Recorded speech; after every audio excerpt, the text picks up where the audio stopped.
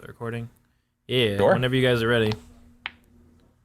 All right, let's do it. I'm gonna go ahead and get the music paused here. Sorry, everyone who's enjoying that wonderful drum and bass. Welcome everyone to RFD podcast number 10. We've got a guest once again this week. We've got the wonderful Skrindo. Going on, man? How you doing? Doing Good great. to be back on again. Well. Yep. Always a pleasure Great to have you on. as always, man. And just as a heads up, Rig will need to be heading off in about an hour's time. He's got some other stuff to attend to tonight.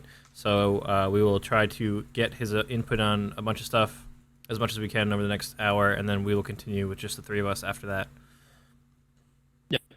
So we're going to just quick fire through all the RS stuff. We know we definitely want to talk about the Twitch affiliate program because all three of us are sort of smaller streamers. Rig being a partnered streamer.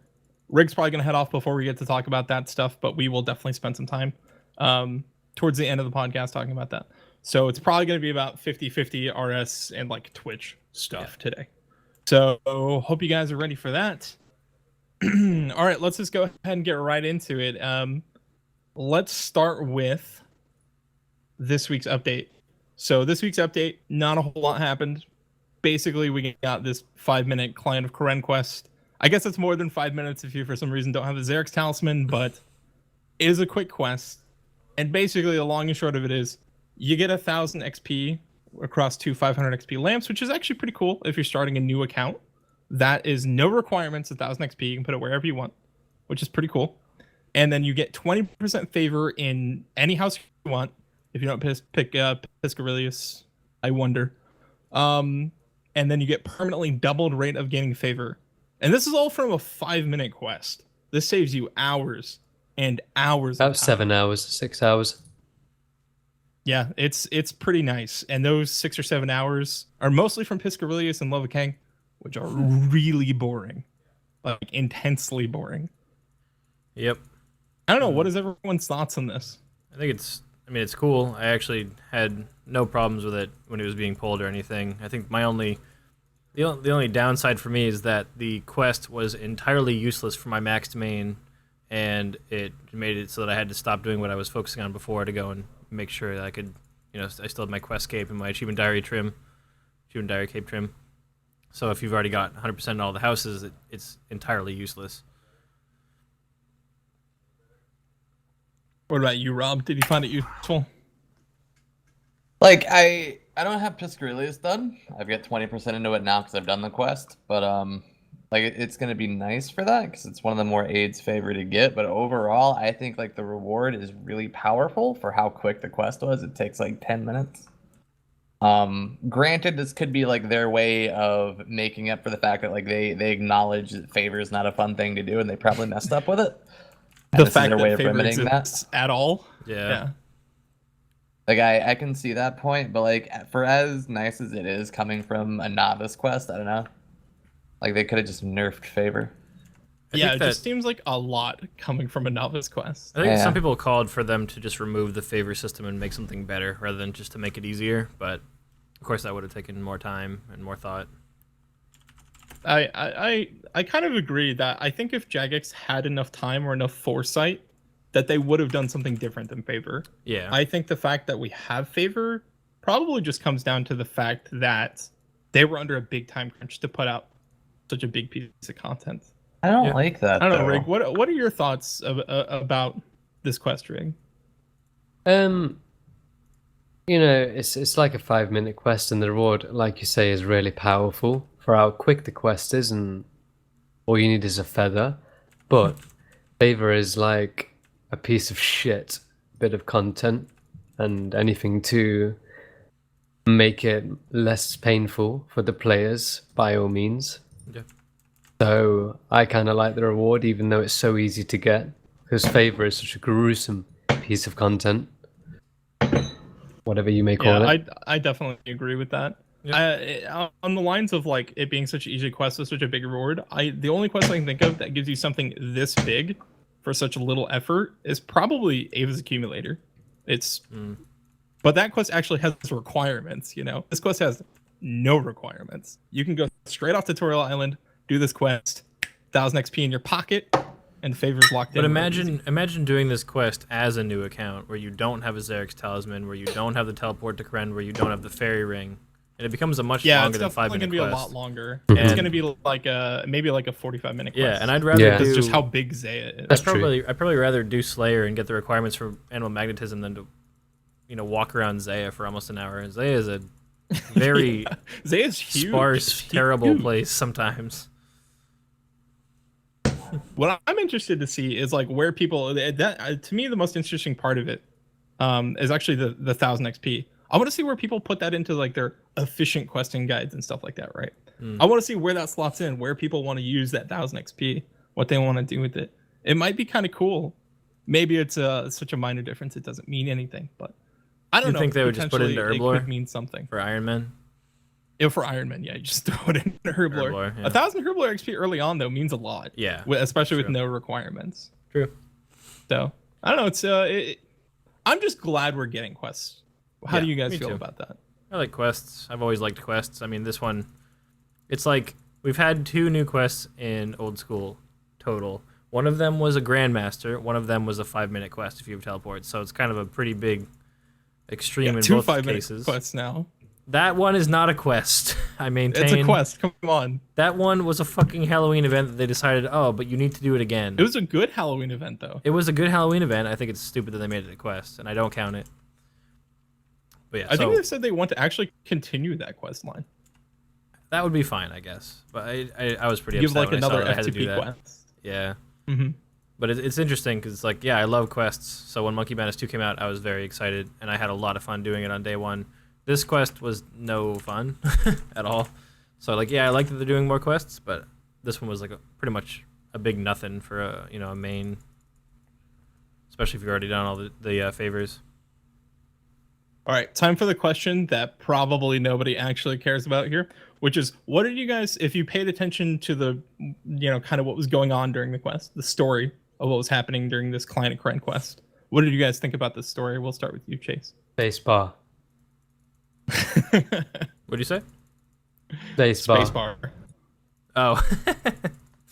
Yeah, I think, well, the thing is, I didn't really get the gist of the quest from the in-game itself. I got it from skimming what to do from the wiki, so I could just do it quickly. So I was like, oh, cool, the dude's possessed. Thanks, wiki. Yeah. So I was like, yeah, it's, I like what they did with it, but again, it's, I like the things you do in Quest a lot more than what the dialogue entails and what the lore is, so to speak. Well, for me, I don't know. Let's get Rob's thoughts first before I go into it. I space barred my entire way through it.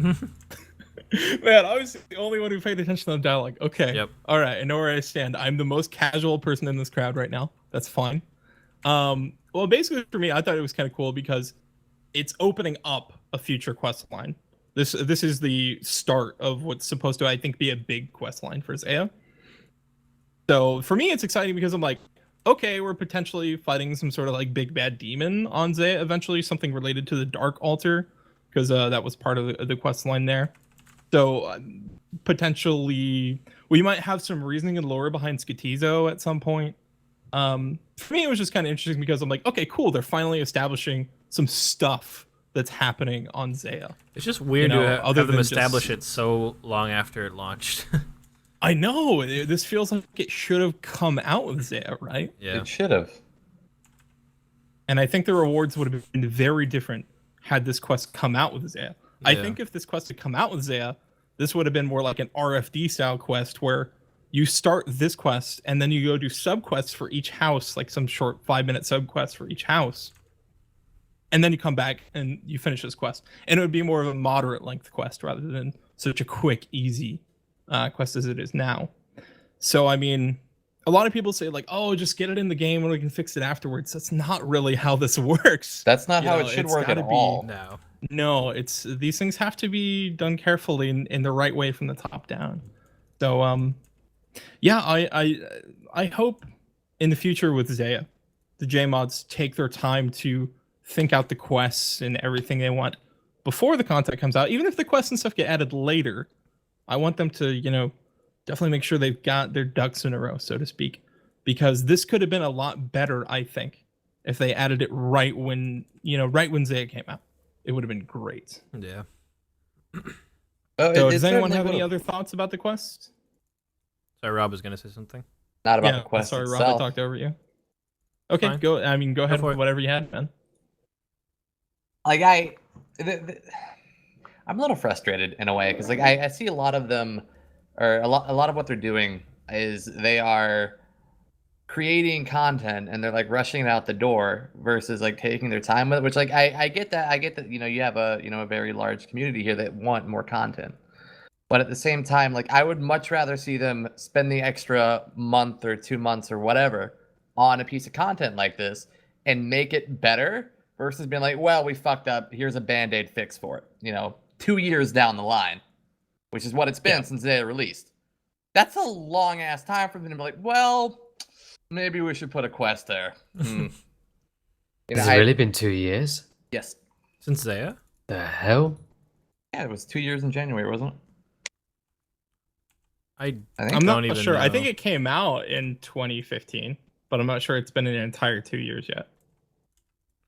It's been a while. It has been a while because 'Cause it it was out for a long time before raids came into the game. Yes, it was out for a year, I think, before they even touched it in terms of like updating it. Huh.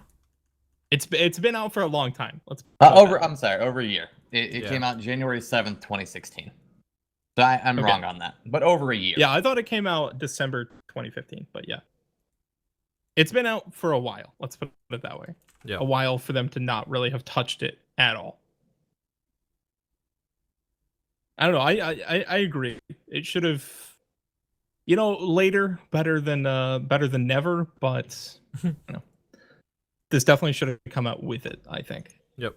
But I mean, hey, good on Jagex for doing a new quest. And segueing from that, in general, what do you guys think about Jagex focusing more on quests, just adding more stuff to the game, essentially more quests and more things to do? Let's go with Can the I big- just say, yeah. Obviously it doesn't have to happen with every piece of content that they bring out, but when quests are involved with content, like Fossil Island, when that comes out, there'll be a quest with it. It will give it more authenticity, if you get me. Just because there's a Yes. quest involved with it, it'll make it feel more authentic and organic, there being a quest with it, if you get me, instead of it feeling private serverish. I hate to use that word, but quests do mean a lot, and they do make content more, It feels more like the way it used to be. Yeah. Because I'm sure you guys all played RuneScape back when. I don't know how far you guys went back, but when I was playing, whenever a new piece of content got introduced, there was almost always a quest associated with it, and that was how you progressed through the new content. Was you did the quest, it introduced what the new content was, and then at the end of the quest, you got to do it, and there was probably some cool reward for whatever you unlocked. And it was only sort of later in their development they started just adding stuff that maybe had a few requirements, like skill requirements only, that sort of thing. Yeah, I'm not one don't know. to care about lore that much, but it's like it even if you're not paying attention to it, it does add value to have content coming into the game that it feels like the NPCs that you talk to when starting a quest discovered. So it's like, hey, like I'm on the podcast right now. Ashton, we're podcasting. She just got home. She took her she took one of her kids to a contest today. Okay. She didn't actually have to teach today. She was off. Sorry about that, Chase. That's all right. No, it's just a joke in my mind. I think that's come up 3 weeks in a row now. Oh yeah, she always comes in. It's and says funny. hi as soon as she- Yeah. I just think it makes for a better user experience, whether you're paying attention to it or not, that it feels like an NPC is telling you, hey, this, whether it may, for example, Fossil Island, it's like, hey, the Varrock Museum has discovered this island full of really cool stuff. It's not just like all of a sudden, here players, this island exists now. So it's like whether you're actively thinking about it, that does add value to the game because it adds depth and background. And if it comes out with a quest, it automatically gets that bonus. Yeah, I'm strongly of the opinion that it feels very old school to access content through quests. Yeah. It's a good way to gate things behind. For instance, like maybe you have some reward and you feel like, well, maybe pures really shouldn't get their hands on this. All you have to do, put it behind a quest, put a defense, Yeah. you get defense XP for doing it. And then one defense peers can't get their hands on it. That's simple. So, I mean, it's a good way to kind of stage when you want the players to access this content, that sort of thing. It gives Jagex a lot of control. It adds depth to their game. And they should definitely focus, I think, on introducing new content with quests every time. Yep. But that's just my personal opinion. And it's hard. It's hard logistically when they always have, they have a much more limited development team than they did back in the day. But I think it'd be cool to have one or two dedicated to kind of drafting quests in their spare time, or in, when they're not focusing on whatever main project they have going at the time. Can I just ask something? Rig. Sure. Are we going to that be looks talking good. about the Inferno Cape today? Yes, we are. Okay. Yes, we are. Just checking. That's definitely going to come up in the stuff from the Q&A. I think we can move on from the quests. I think we've Yeah, we've covered before that we to move death. on, I just wanted to ask you guys what you're all working on in game today. Oh, Slayer. I'm doing Yes, wood- Slayer. I am not. You're not playing? Nope. Rob, GG. this is a RuneScape podcast. I've games. spent like 14 hours a day every day for the last 2.5 weeks doing nothing but RuneScape, except for one day where I was at a Star Wars convention. I'm entitled to a 3-hour break for the podcast. Fair enough. I know. For me, this is I've been working a lot lately, so this is my break to play RuneScape. Yeah, I was busy this morning, and then I flukishly lost power, so I'm enjoying the fact that it's back now, because it was the first time I hopped on all day. And I too am doing Slayer. I'm barraging Necreals just like I was last week. Yeah, so you were doing that last week as well. Yeah. All right. Well, let's move on to the dev blog. Let's talk about that. Okay. So we talked about last week. We talked about all the Fossil Island stuff and what we thought about it. So this week we're just going to quickly fire through the changes that they made to the dev blog. We're just going to assume you're familiar with all the stuff in the dev blog. If you're not, last week's podcast, go watch that one. It's not up All yet. right. So the change log. This happened. A few days ago. Well, almost a week ago now, I guess. So basically, they clarified there are going to be 2 tiers of wyverns. So Yep. there's going to be one at level 66, and there's going to be a higher level one at 82. The level 82 one will be the only one that can drop you an ancient wyvern visage. I don't know how you say it, but that's going to be the only one that'll give it to you, because the big complaint was it's level 66. What are you guys doing? Yeah. Which I kind of agree with. And also they changed the stats on the shield. So now the shield now has -10 to all melee attacks. So the melee bonus is -10. Magic attack has been lowered from 18 to 15, which we kind of talked about that too. I find that one magic accuracy doesn't make as big a difference as people seem to think it does, but people were worried about it devaluing the arcane, etc. I'm sorry. I I can just see have it. to interrupt for a moment. Okay. I have a full inventory barraging Necreals because they drop a lot of nice rune stuff, and I went to go and start alchemizing them on my Explorer's Ring and teleported to the cabbage field. Fuck. I've done that one before. I've definitely done that before. Oh, God. Oops. GG Chase. Yeah.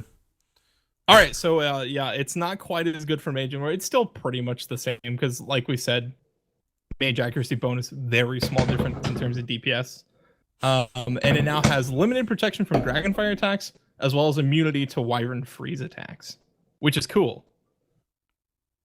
So before, I think we were unsure if it was going to give you any Dragonfire immunity at all. Yeah, we weren't sure. Yeah, and now they've clarified, yes, it will, which is sweet. Yep.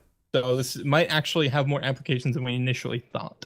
So I want to ask. Also, the granite boots got 8 range defense. They're gonna weigh a lot, apparently. The unique granite drops will now be rarer from the normal wyverns. The ancient ones, they'll be slightly more common. Compost potions are level 21 herblore. Because the herblore level they had before didn't make sense. You couldn't even make Herlander potions at that level. The XP rates from volcanic, this is probably the big one. XP rates from volcanic mine have been slightly reduced, and they kind of clarified the level of engagement. So I'm just going to go down here where they're talking about the volcanic mine.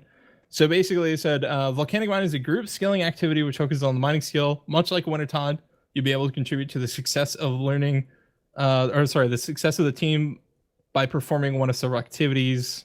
So you're going to control the flow of lava, remove rocks from walls, solidify floors, and mine and deposit minerals. So the primary reward for participating in the volcanic mine is experience. So there's not really going to be much reward. And the XP rates are going to be 40k per hour at 50, 75k at 85, down from 80. So it's a 5k per hour nerf. And then at 99, it's going to be 82k, down from 85, I believe. So it scales quite a bit more towards the top there. In addition to experience, you're going to receive a small amount of ores, and I think fossils are going to be a little bit more important. For other content, you're going to get fossils too, and you can't tick manipulate. So basically what I'm getting from this is it's going to be a lot more click intensive than Winter Todd, which is what a lot of people are obviously worried about. I mean, obviously Winter Todd is AFK as it gets, right? Mm-hmm. It's just Sure. You go there, you cut some stuff, you fletch some stuff, click on the burner. It's pretty much it. So I'm glad they want something that's a little more engaging than that. I don't know what is everyone's thoughts on this mining Todd thing, the volcanic mine. Where do you guys see this going? Don't care. I'm done with 99 mining. I don't really care. Yeah, you get 99 mining. You're like, I don't care what happens with it. Really don't. Yeah, no. Actually, I don't really see where it fits. You have gem mining for the pets. You have Motherlode Mine for low XP and decentish GP. You have blast mining, which is decent XP and decent GP, and you have granite for really good XP. And I don't really see where mining Todd fits in, to be fair, but I do welcome it because I've always trained mining. It basically seems like it's just better than granite. Sure, you can get better XP rates at granite for more effort, but at granite, I mean, granite's almost essentially the same thing, right? Which is high effort. You get a ton of XP and you get no reward, which is pretty much the same thing that's going on here. Just the XP rates aren't quite as extreme, and I imagine the level of intensity isn't either. But still, it fills the same niche, just at a slightly lower. You know, imagine if we had like a slider here. It's a little instead of being at 10, which is where the granite is. It's at like a 7 or an 8. It's pretty much the same deal in terms of what you're getting out of it. I kind of agree, Rig. I don't see why. Yeah, it almost seems like an easy escape change because it's adding another tier of mining that isn't really necessary, but mining gives you has good really diversity. good XP rates. Yeah, it already does. That's what I'm saying. Yeah. Like, it just seems like a change for those who don't necessarily want to be lazy enough to do to do Motherlode Mine, but are not willing to do granite and also are not willing to like get favor and try blast mining. Because I did blast mining all the way to 99 and it was totally fine and good money as well. Yeah, you make a lot of profit from it. Yeah. 700k an hour, is it? Yeah, it's like 700, 800k an hour at max, I think. But I think I made like 65 mil profit from 90 to 99 mining there. I don't dislike it. But Either way, it's passing a poll, so we're getting it. So I actually had a question from before we moved on to this. I was curious as to Rig's thoughts on the Ancient Wyvern Shield in its initial form and also with the changes. So yeah, what do you think? What do you think about the how it was before the nerf and now that they've brought the stats down? What do you think of that? I'm not really an expert when it comes to statistics on items and armor and weapons because I'm shite at PVM, so I have no idea. Okay, yeah, I just know we talked about how our thoughts were people were overreacting to its stats because, as we've discussed, magic accuracy isn't as important as everybody thinks it is, and the fact that it seemed like, from Nigel's point of view, which I agree with, it's not a very useful item because a lot of the time when you are maging things, you are not having to protect against melee attacks. And this thing's Yeah, the defensive melee stats were best for is melee. almost worthless. Yeah. Yeah. And also the and I don't know. I think that the fact that they reduced it was as a result of people complaining about it, but they were complaining without really fully understanding how it's going to work or what it's going to be useful for. Because an arcane is still more useful. Honestly, in I almost don't every see situation. what it is useful for. Yeah, we pretty much agreed. It looks fucking sick, and I want to wear it, but I wouldn't use it for anything. Future It's content. a cool looking item. Yeah, future content. I like that. I don't mind that. But it's like Yeah. they're patching it, like they're nerfing it already because they're not understanding the fact that it's actually not OP at all. Gorch has a good point. It is the ultimate Barrow shield. But if you can afford this new shield, you can afford to freeze the brothers. Come on. I don't know. It's interesting, and I think the future content point of view is totally valid. That who knows what they're going to put in the game. Hopefully, they're going to add some boss where maybe this item is very useful. Maybe Wyvern boss at some point. That might be cool. Yeah, you never know. You never know what they're going to do, and hopefully, by adding niche content, we can fill in those niches where the item is useful instead of doing it the other way around. You know, like for instance with Cerberus. With Cerberus, they basically said like, well, I mean, yeah, I guess we can make Spectral useful, sure. So basically, they contrive uses for items rather than making an item that fills a niche that doesn't actually exist in the game yet, and then they can design the content around that item, which I guess maybe is just the same means to an end, but it's interesting. It's an interesting way to develop the game, I think. It's something we haven't done yet. Yeah, it's just one of those quirks of having the game be developed piecemeal forever by so many different developers at different time periods. It's the polling system, man. that definitely part of it too. The polling system makes this game so weird and unique in terms of how it's developed. Yeah. And that's why, honestly, I think that's why Zaya is the way it is. Because the polling system and how they have to, if they want to do more than they originally envisioned, they have to poll it. Yeah. So, it's a give and take with the polling system, I've found. But it makes this game and this community really interesting, I think. So yeah, before we get too deep into the polling system, let's just steam on ahead through the rest of the devlog changes. Let's talk about the XP rates for dual sealing methods have been clarified. So everyone here familiar with all the hybrid skilling stuff they've got going on, right? Yep. Mm-hmm. So we got the bird traps, the what else do they have? The underwater agility and underwater fishing. So let's start with the bird traps. It basically seems like farm runs for hunter. Yeah. And the XP rates seem pretty good, actually. The formula is hunter level times birdhouse space, so the size of the birdhouse you have, times 117. That's I think I saw some math for this on Twitter, and it looks pretty spicy for low-level hunter. It's basically you build your birdhouse, and then you go on hunter runs, like similar to how you do farm runs. Yeah. Potentially very big change for how you get hunter XP at low levels. I feel I like don't know. What I are don't your see a guys' problem thoughts with on that? I don't either. I feel like anything to make low level hunter better is a good thing because low level hunter is one of the things that people hate the most about a Yes, new account. one of the worst starting skills to start. It's horrible. Hands down. Hunter is so bipolar, right? The low levels are terrible, and then once you can start catching chinchambas, it's like, bam, you're in there. Yeah. It's a very fast skill, very fun skill. So Fun. weird. Fun is a strong word. That's Yeah, fun is subjective. relative. Yeah, Let's, fast, true. Fun, I don't know. Making money is fun, true, but like, yeah, I don't know. I think we're gonna have to see what it's like when it comes out. I don't dislike the look of Do you any know of what this. I'd like? Yeah?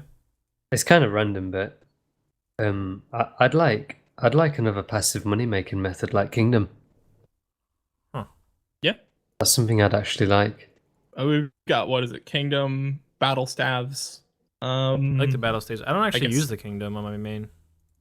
Yeah, a The lot of people Kingdom's don't. like well, when I did it, it was about 600k profit a week, which is, yeah. It's something. It's something, definitely. Yeah. Just for about 5 minutes work a week. I mean, it's efficient for a Yeah. non-alt user and such. Yeah, definitely. If you don't play on alts, you need to squeeze every little bit of value you can out of your account. And I can see with how maybe some of the prices are and some of the training methods people go with now, that more passive income in the game could definitely be very beneficial to people who don't want to use alts. Because there are a lot of people that do want to play efficiently, but don't want to play 2 accounts at once. I'm one of those people. I play Iron Man, so I'm not in the economy, but I still very much dislike playing two accounts at once. I like to focus on my account. It feels like an extension of me in the game, so to speak. So yeah, Healthy no, role I player. could definitely see that. Would you, if you were to design something, Rick, like in your head, would you want it to be similar to I'd kind of have how a the statue kingdom of is? myself. It's something you do from in like a Edgefield. quest, or Say again, sorry. would you want it to be somewhat similar to how you access kingdom? Like there's some quest Yes. involved, and Definitely. do you have any ideas in your head? No. What did you say about a statue, No. though? Sorry? You said something about a statue, though? Oh, never mind. No? A big golden statue? Maybe. The golden god. Yeah. No, maybe that's something you do. You're like, maybe some extension of something in Karamja. You become basically like a god of like some tribe, and the tribe works for you or whatever. Could be interesting. Because I mean, in Miscellanea, you become royalty, right? Yeah, you become royalty there. I think you need to be careful about the indigenous tribe on Karamja. Okay, yeah. Going we into- don't want to repeat. They're going to we work don't wanna for repeat you. Everyone named Ali. We don't want to do that. Okay. The desert. Everyone named Ali. Yeah. Jeez. What was Jagex thinking when they did that? They were thinking, hey, it's the early 2000s. The internet hasn't been around long enough for everybody to be triggered on it yet. All right, so we're all fairly okay with basically hunting turning into farming. Yeah. I mean, Yeah, don't have a I problem think with it's anything different. on- I think on it's Fossil interesting. Island at the moment. It all looks fine to me. Just in general, how do you guys feel about hybrid skilling, like the mixing 2 skills together? It feels to me, it feels kind of natural, but I want to hear what you guys think. Someone else can go. I don't have too many thoughts. Like I don't mind it. I'm all for new skilling methods in any degree, really, as long as you're not broken. Like I don't want rune span 2.0. But yeah, as long as it's implemented well, I don't mind it in the slightest. I welcome it. I think from the perspective of a maxed player, it's not that exciting. I don't see myself doing any of these things on my main. But that being said, I do think it's a very interesting thing. And like Nigel said, he thinks it feels natural. And I do think that a game like RuneScape that has so many different skills, it only makes sense that some of them would be trainable together. And as long as it's implemented well, then yeah, it's pretty much only a good thing. I could see it being helpful if I ever start to focus on my Iron Man more. But yeah, for the time being, I don't see myself doing any of these methods at all. Wait, what was the question again? Sorry. I was just asking just general thoughts about the idea of hybrid skilling, like multiple skills with one training method. No, I'm not a fan of that. Is it just because you don't think Just you would in terms take part of in them? Yeah, Like, yeah, why? on what grounds do you disagree? A skill should be trained individually. So Why should it all be grouped up? as for an example, barbarian training, then barbarian fishing, which was not even just fishing. I think there's also other barbarian methods that are hybrid skilling related. Do you feel like that's a mistake or just badly implemented? What do you think about the barbarian methods? then? Well, yeah, I guess, but the XP rates are so minimal. You mean like in the Well, it's very the other good skills? with the fishing though. The fishing is great, but like the amount Yeah. of XP you get in strength and agility, they're pretty minimal. That's true. So, but do you just inherently dislike the idea, Rig, of having a hybrid skilling method that's like kind of a 50-50 deal for each skill involved? Yeah, 50-50 is a bit too... Yeah, I think that's a bit BS. Do you think it... I'm just trying to understand why you don't like the idea in general, though. Because I think you should train a skill individually. But Fair do you enough. think it's Just my do you think it's damaging in any way to offer a hybrid method? Do you think it like in like a devaluing kind of sense, or? I hate to be like automelody-ish, but yeah.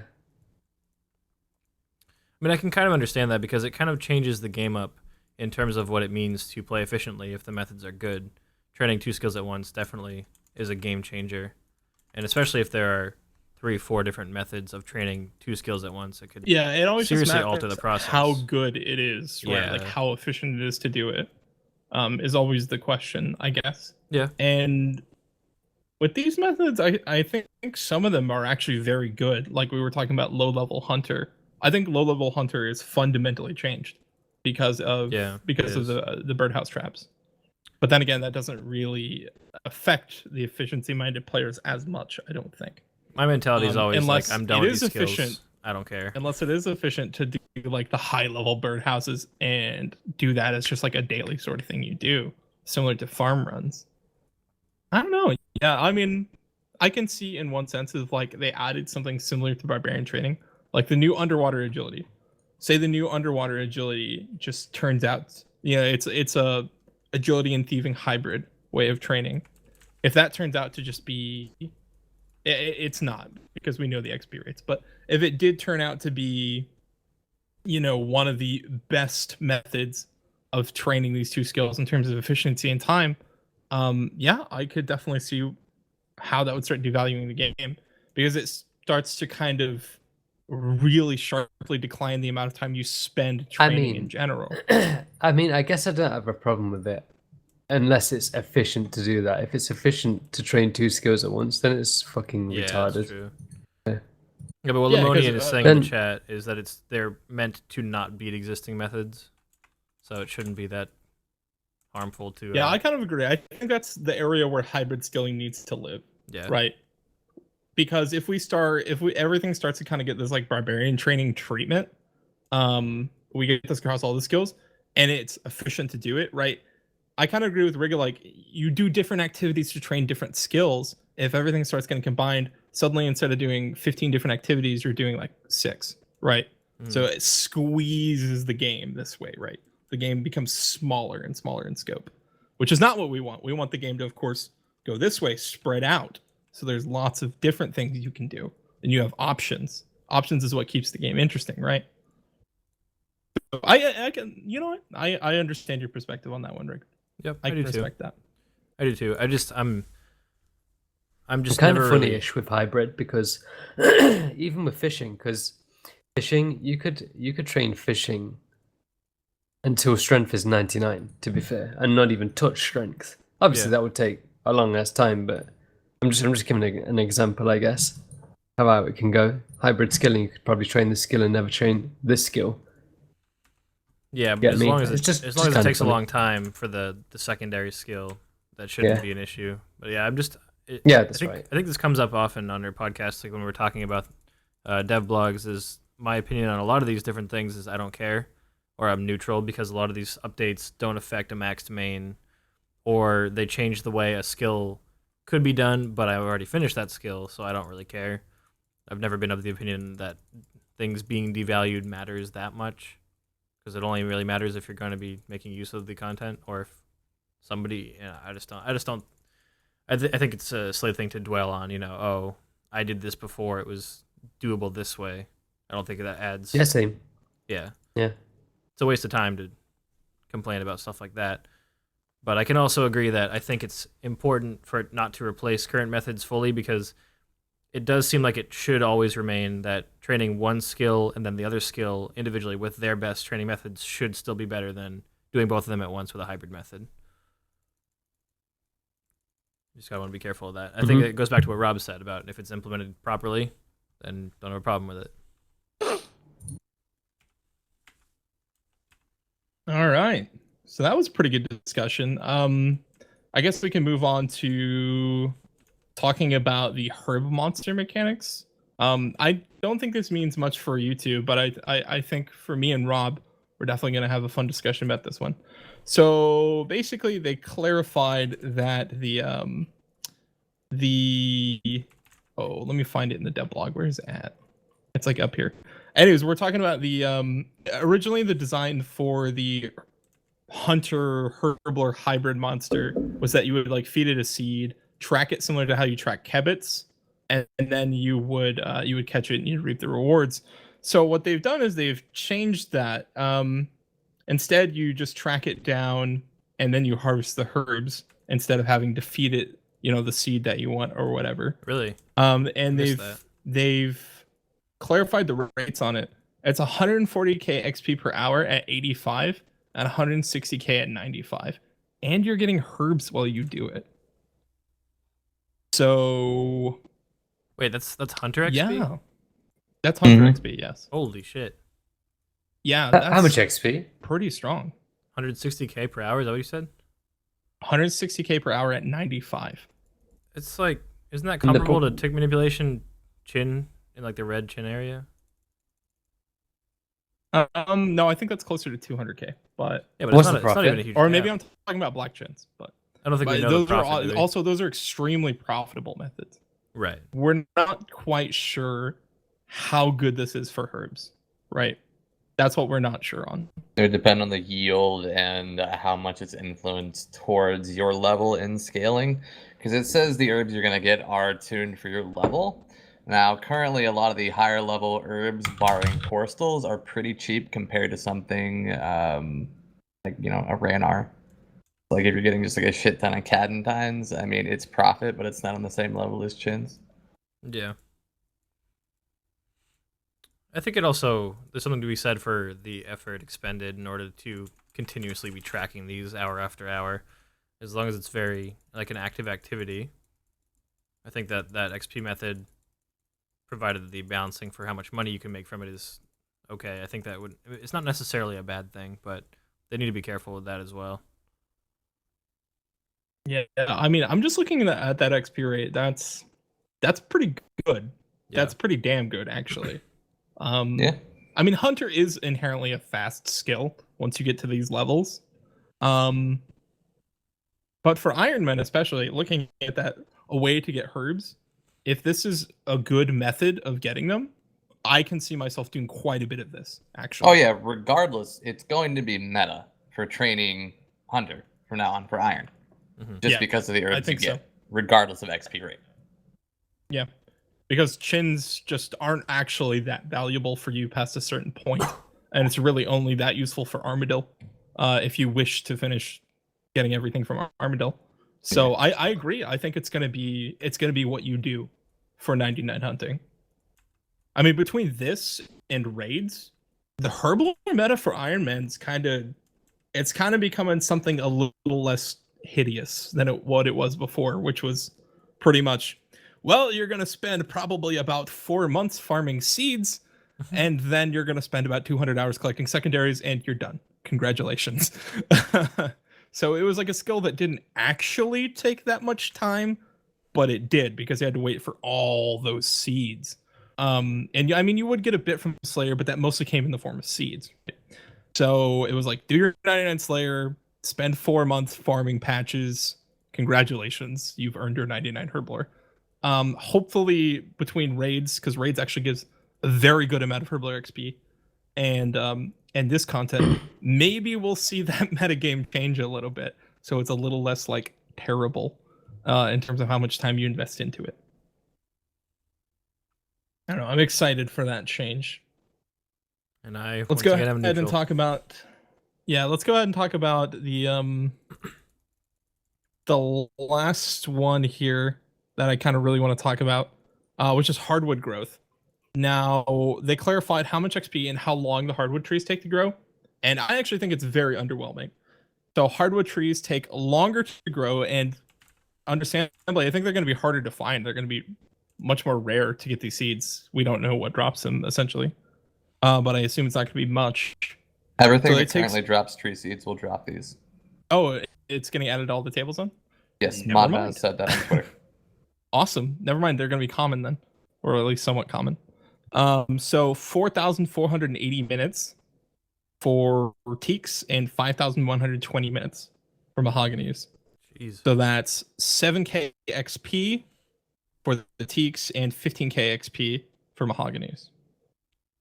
Now, to put that in perspective, that I think that's like a little bit longer than fruit trees, I believe.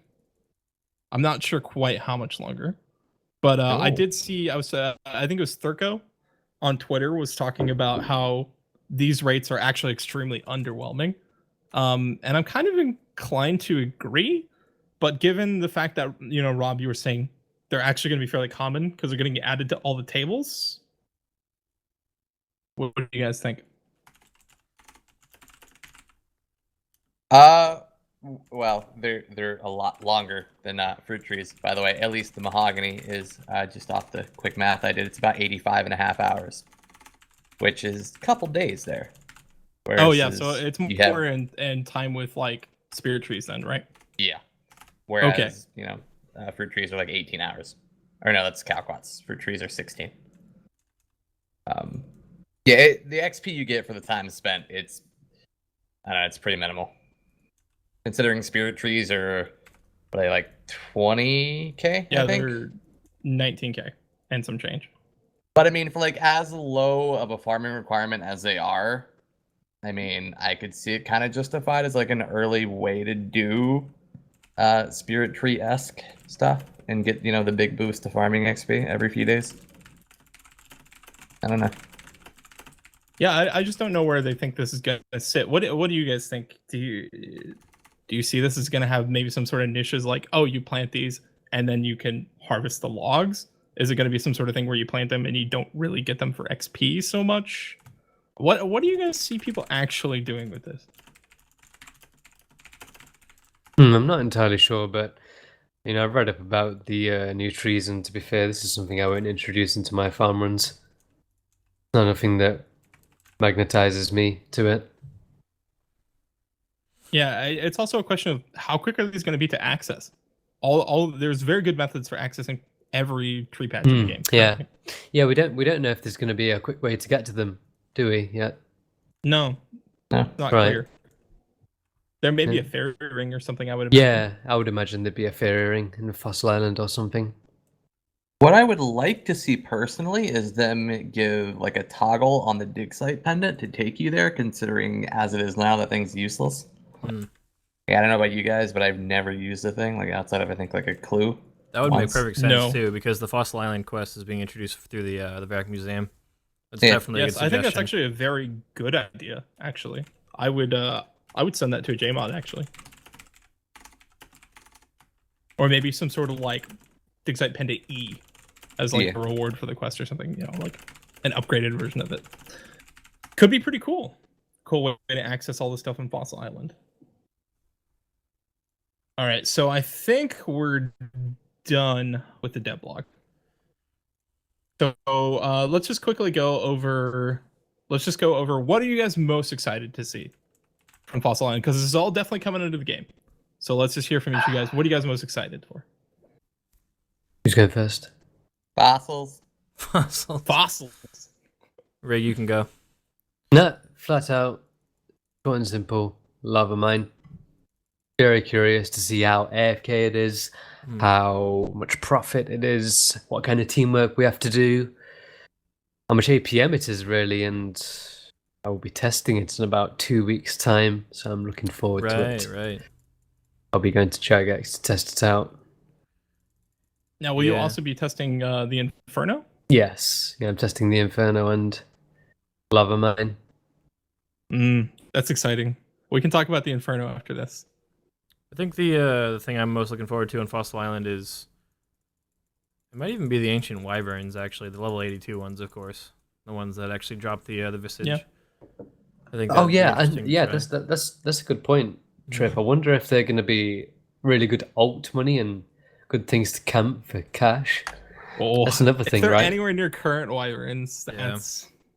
I mean, I don't use that's something alt, very nice to think about. You have to remember that they're going to have to give you reason to go there. Yeah, true. So there's I think they will make them quite lucrative. I would imagine so. With an Ancient 82 Wyvern Slayer alts for 10 requirement, million they would armor. have to. That's true. Yeah, it's 82. 82 for the best one. 82 is a pretty hefty requirement. It is. It's more than the original Wyverns. Yep. Isn't it? Yep. Yeah. Yep. Original is, Wyverns, 10 I more. think, are 70 Yep. something. 77? 72. 72. 72, yeah. Yeah. So it's interesting. Maybe this will make Wyvern tasks more, you actually want to go do them. I don't know about That's you true. guys, but currently when I I get might Wyverns, I actually just skip extend them. them. I don't skip them. I quickly do like the 10 or 12 for points. But yeah. Yeah. Might actually be exciting. Oh, I've got them extended, so it's just a skip. Yeah, for I me, don't. really. Yeah, like Rob said, it might be worth extending actually. All right. Well, for me personally, it's the Herblore. It's something I'm really focused on getting on my Iron Man. Is the 99 Herblore. So I'm very curious to figure out how good the hunting Herblore hybrid skill is. Mhm. Hopefully, it's good. All right. So let's go ahead and talk about the Inferno for a little bit. We Yes. definitely want to talk to Riggle a little bit about this. He's going to the Jagex Studios and he gets to help playtest and give some feedback on some of this stuff. So let's just hear from Rig. Rig, how hard do you expect it to be? Just, if you had to throw a number out. What do you mean, like from a scale of 1 to 10? How hard do I think it's going to be?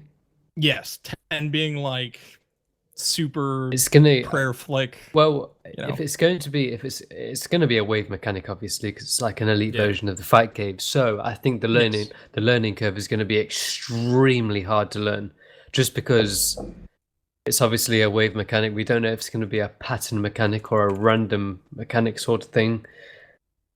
You're going to have to learn which individual NPC does what, how to kite them, how to pray against this, how to do that, what supplies to bring, what food to bring. And I think it's going to take so much trial and error to complete it. It is going to be a wave mechanic. I think it's going to be extremely hard to learn. Do you envision once people learn it, the difficulty is going to drastically decrease, or do you see it still being mechanically difficult to do? I would say mechanically difficult to do. When I was at ESO, I already spoke to Mod Rock and Wolf about it, and there's going to be loads of one-hit mechanics, and even mistakes if you make them. There's things in there that can hit over 100. Yep. Wooks already did it. I can imagine it to be extremely nerve-wracking. Yeah, it sounds exciting. It's interesting can't that wait even day to one this day, streams.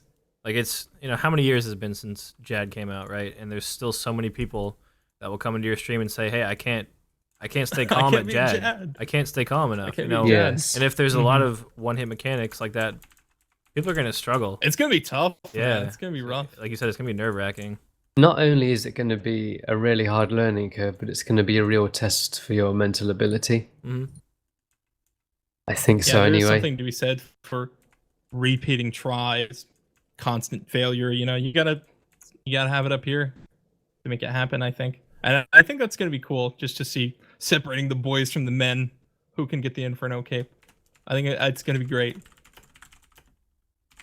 What do you think about the cape itself, though? Like the sneak That's a peek good for it? question. You say the Has stats? everyone seen the new cape? No, just like the graphic for it. Oh, the The graphic. graphics for it looks like a burnt pizza from Walmart. Yes. Yeah. When it was held in midair, like with a black background, I thought, oh, it looks alright. And then as soon as he puts it on a character with bandanas, I thought, no, thank you. Yeah, the character lighting is different. Terrible.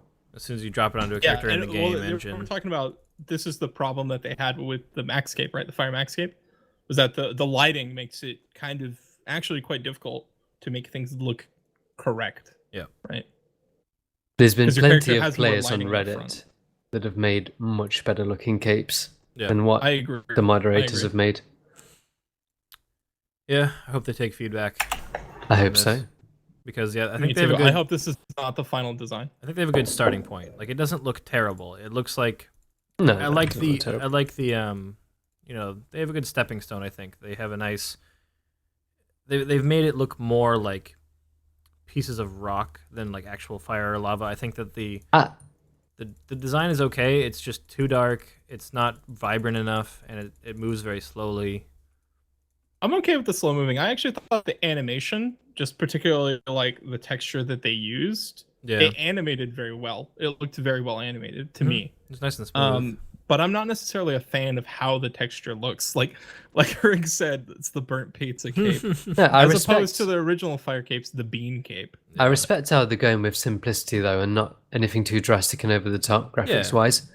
It looks sensible. There's not like shoulder pads and spikes everywhere. Yes. It's just a simple animation, you know, with a slight bit of a different frame. Yeah, I guess it's just not going to stand out enough for the achievement of getting it. It doesn't look as. To be fair, even though it's like meant to be the upgrade to the fire cape, it doesn't really look as it doesn't look as elite as the fire cape ornament kit. It looks like a silly fire cape. Yeah, it's like you know we have all those ornament kits for like the malediction ward and odium ward and stuff like that, and they look kind of weird. It's kind of like that for the fire cape. It's a fire cape ornament kit, is what it is. Yeah, it needs to be better. Yeah, I would like to see it look more distinctly different. And not just different, but like it needs to look a level of cool that matches the challenge of earning it. Realistically, we're not getting a higher tier of melee cape than this for at least a very, very long time, right? Hopefully, probably never.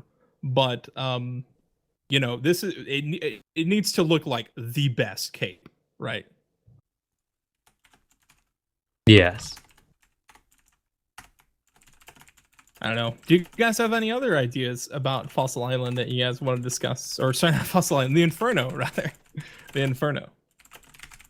I want there to be like a teaser after the fight of just like Wooks' character model coming out with flowers and nothing else, and just like one-shotting the boss for the final hit.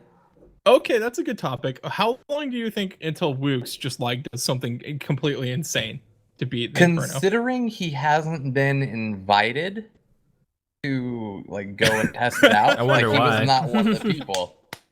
They invited Scott Wilson instead of him, the person who beat him on the fight cave time. Oh, that's true. That's true. Yeah. I didn't think about that. Yeah, well, I mean, he's. I mean, Scott Wilson's also very accomplished. I mean, a lot of those players on there are very accomplished players in terms of PVM. So, I don't know. I think it's interesting. The point you bring up, no Wooks. The memes. You know, one thing I would like to see from the Inferno? A nice money-making method, maybe. Yeah, but when it eventually becomes a task. We talked about the kiln and how people used to do additional runs of the kiln after they got the cape for the Onyx. They said, Rock said to me at RuneFest something like they're not gonna make it a Slayer task, but they will eventually, like later down the year. Yeah. They don't want people having the 15% benefit straight away. Make it easier. So Rig, I actually there's a point that Ahimal made in the chat. He says, what irritates me is that the fire cape will still work with the max cape. Max cape should require the best in slot only, so the new cape should replace it. What do you think about that as a max player? Sorry, repeat that. Sorry. The whole thing? Yeah, the whole thing. Repeat it, please. He says that he thinks that the fire cape should no longer be combinable with the max cape. When the infernal cape comes in, he thinks it should be a best in slot combination with the max cape only. Yeah, it's a good idea. Do you think that people should no longer be allowed to make a fire max cape, though? Well, yeah, why not? I mean, yeah, even as a non-max it makes player, sense. I'm inclined to agree with Rig. Yeah, I wouldn't mind it. I just imagine there's going to be some backlash. Although, I mean, if you're maxed, you can that's the thing. Yeah, if you're maxed and you're complaining about having to do the new content, what else were you gonna do with your time anyways? That is a good point. Yeah, no, that does make sense. Like I certainly wouldn't mind it. I'm absolutely going to be going for that cape as soon as it comes out. Anyway, I just feel like that's one of those things. Cape and you don't want best in slot. Yeah. I just feel like that seems like one of the kind of things that they would want to. Nigel. They would want to pull that. Don't you think that would change? Actually, if you think about it, they did spend quite a lot of time on the Fire Max cape, redesigning it and getting it right to the place that Max players wanted it. And they're gonna have to. Players are gonna want a totally new design for the Infernal Max cape. I I don't know. I see them spending some more art assets on this one. Yeah, I just where I can this see going. that being a good idea. Like I don't mind it. I just don't see it happening. Do we know if Jagex plans to do that? Do they plan to have an Infernal Maxscape? Yes. Oh, I would imagine Yes. so. Yeah. Yep. Yeah. Yep. Yeah. Yes, They they do. do. Okay. Yeah, it's gonna be really exciting if they can get the Infernal Cape to look better to begin with. I just don't see them limiting people from making a Fire Max Cape if they want to. I just don't see that actually coming into the game. If they can Good pull the enough to green max, pixel removal, not good enough to then beat the Inferno. I don't think they'd be able to make that change without pulling it. I don't know why though, because like to me, when you see a max cape, that basically means like best of the best. You've done it. Like you won the game basically, and like not having it, with best in slot. I don't know. That just seems odd to me. Bring back the old school Fire Max Cape for the Inferno Max Cape. So you want the best in slot cape combined with the Max Cape to be like the McDonald's one? The McDonald's The ketchup and mustard cape? Oh. okay. I gotta ask Greg and Chase, what did you guys think about the McDonald's cape? So like the original Fire Max cape. The worst What are your cape thoughts I've on ever that? seen in my whole life in any Really? MMORPG I've ever played. Yeah, hands down. Absolutely dreadful. I don't usually compare RuneScape assets to any other game in my head. I don't feel like it's useful. But I actually didn't I'm just mind saying, it. like, it's the worst cape I've seen Yeah. in all of my I time. just found it interesting that you said like in any MMO. Yeah. I think I was definitely in the minority. I didn't really mind how it looked. I still wore it. I still didn't mind it. Everybody, mean- I'd go to Zammy with friends and they'd see him wearing it and they're like, you want fries with that? There's a reason why it looks different now, Because it was Oh shocking. yeah. They changed it because it was not as good as it should have been, but it never Okay. actually bothered me. Yeah, no, I got a it was follow-up far question, below Chase. standards. I Yeah, got a follow-up question. How much does McDonald's pay you to promote their cape and RuneScape? not enough. It's Not about enough. That's why I $7.25 an got hour. changed. You're like, look, I would have voted no, but you guys don't pay me enough. My contract's just not that good. Yeah. All right. Well, unless we have anything else to discuss about the Inferno, I think we might let you go, Rig. Any last thoughts? Nope. All right, man. We appreciate you so much for being on here with Thanks us. for being on If you again. guys don't already know who Rig is, please go check out his stream and go check him out on Twitter, Yep. all that stuff. He's a great guy, wonderful dude. We appreciate him coming on with us. _RS is the URL, by the way. If one of my Yep. mods could get that in the chat for me, love you a long time. Now, I'd like to say one thing there. I'm really happy about what Twitch are doing with, giving non-partnered streamers a chance and more options and more doorways. It's really awesome, and I'm really happy, for people that want to get somewhere on Twitch and they're not partnered yet. To have that feature, Yep. it's amazing. That's just We one thing I'd love appreciate to throw out there. Yeah, before I Rig go. he's a very supportive man. Yeah. So take care, guys. All the best. Yeah, you too. We'll get you on when you're not so tired at some point, but we really Yeah, appreciate have you a- coming on anyway. Have a lovely night. See you Bye later, bye. Rig. too. We appreciate Take care, it. man. Bye, Rig. User disconnected from your channel. All I right. hate that guy. Kidding. The lovely Oh, man. He's just kidding, of course. Don't flame chat. Nah, Rig's a great guy, and we love having him on the podcast. We're glad he likes coming on and talking with us too. So he was talking about the affiliates program. That's what we're gonna go ahead and get into now. We've pretty much covered all the RS topics. But if you guys have any questions, please get them into the chat. Rob will be taking your questions, so just do @VorpalTongues. Whatever question you have for us, get those into the chat, and we'll fire through those after we kind of talk about the Twitch affiliate program. We're gonna go through the Q&A stuff, and then we're gonna take your questions.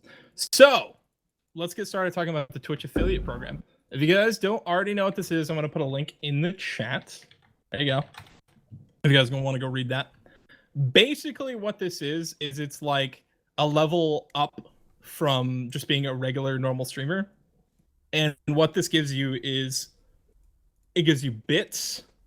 And that's pretty much it for now. Soon they're also going to be giving you a sub option with one emote.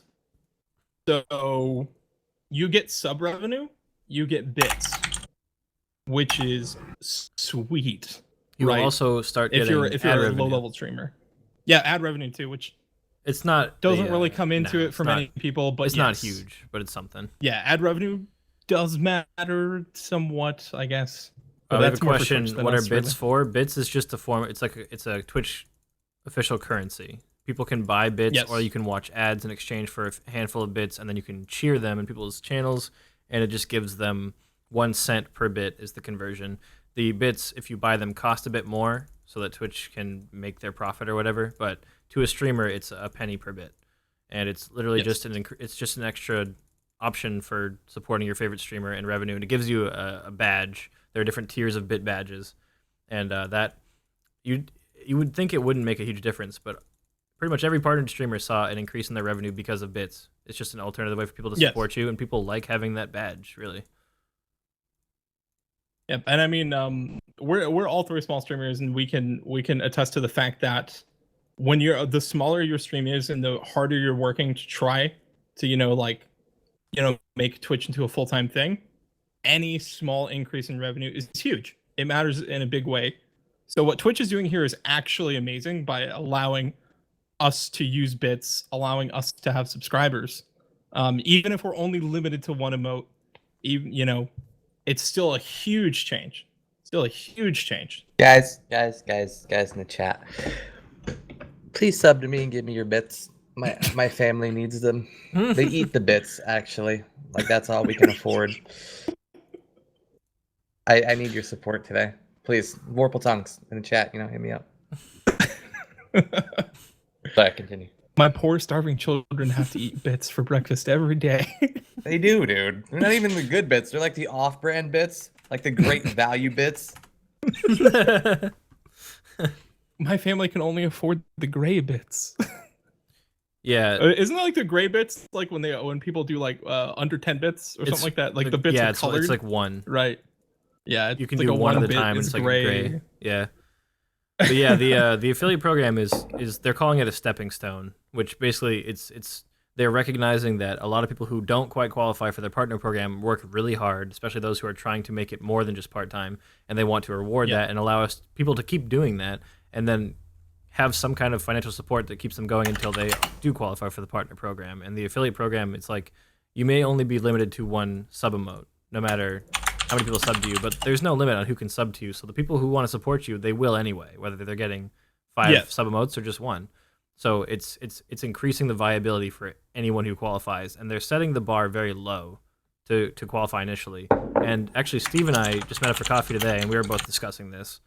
And we think that they're setting the bar so low to give themselves flexibility. Like because they basically what it amounts to is they're going to be looking at streamers who stream a lot and are well-rounded, and even if their numbers are really low, they still might qualify.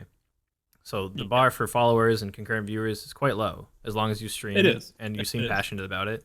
So it's actually it's one of those weird things, because we bash on Twitch all the time, right? Because it's unstable, because they keep changing the layout even though they don't need to. But Twitch is one of the few platforms that is constantly and tirelessly working to improve the experience for its viewers and its broadcasters, and you can tell like how much they really want people to succeed, and because they actually care. I feel like they've rolled out a lot of features this year that vastly benefit broadcasters, which is important because viewers wouldn't have anyone to watch if nobody wanted to make content. Right? Yeah, this is one of the coolest things that they've ever done, and you don't see other platforms making cool stuff like this in support of their users on the same scale ever. No, yeah, Twitch is doing, I think, an awesome thing here.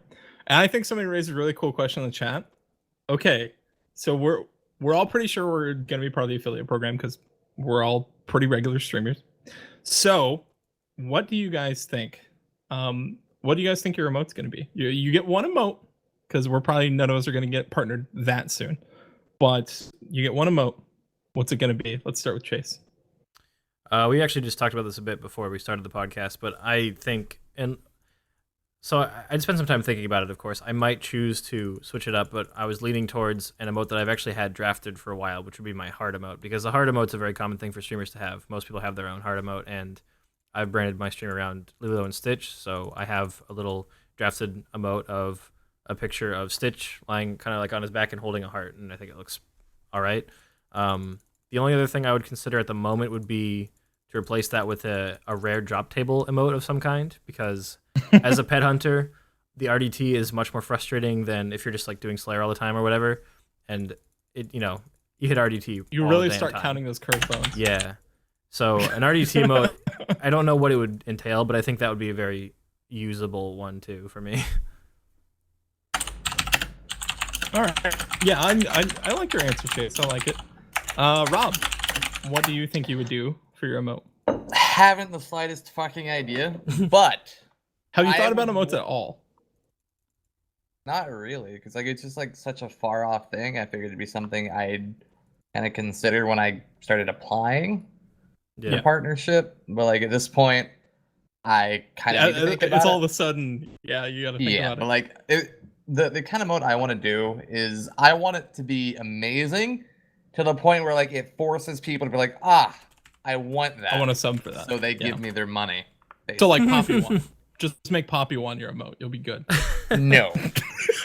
People kept being like, "You need to make this an actual emote when you get partnered." And I was just like, "You already have it as a BTTV. Like, isn't that not No, enough?" it needs to be an actual emote. I need to put Poppy one in everyone's Okay, chat. They here's- need Like- to see it. Okay, here's Paper W. this is not a promise, but if I actually get legitimately partnered and I have more than one emote and I have a bunch of slots and I don't know what to do with one of them, I will consider it.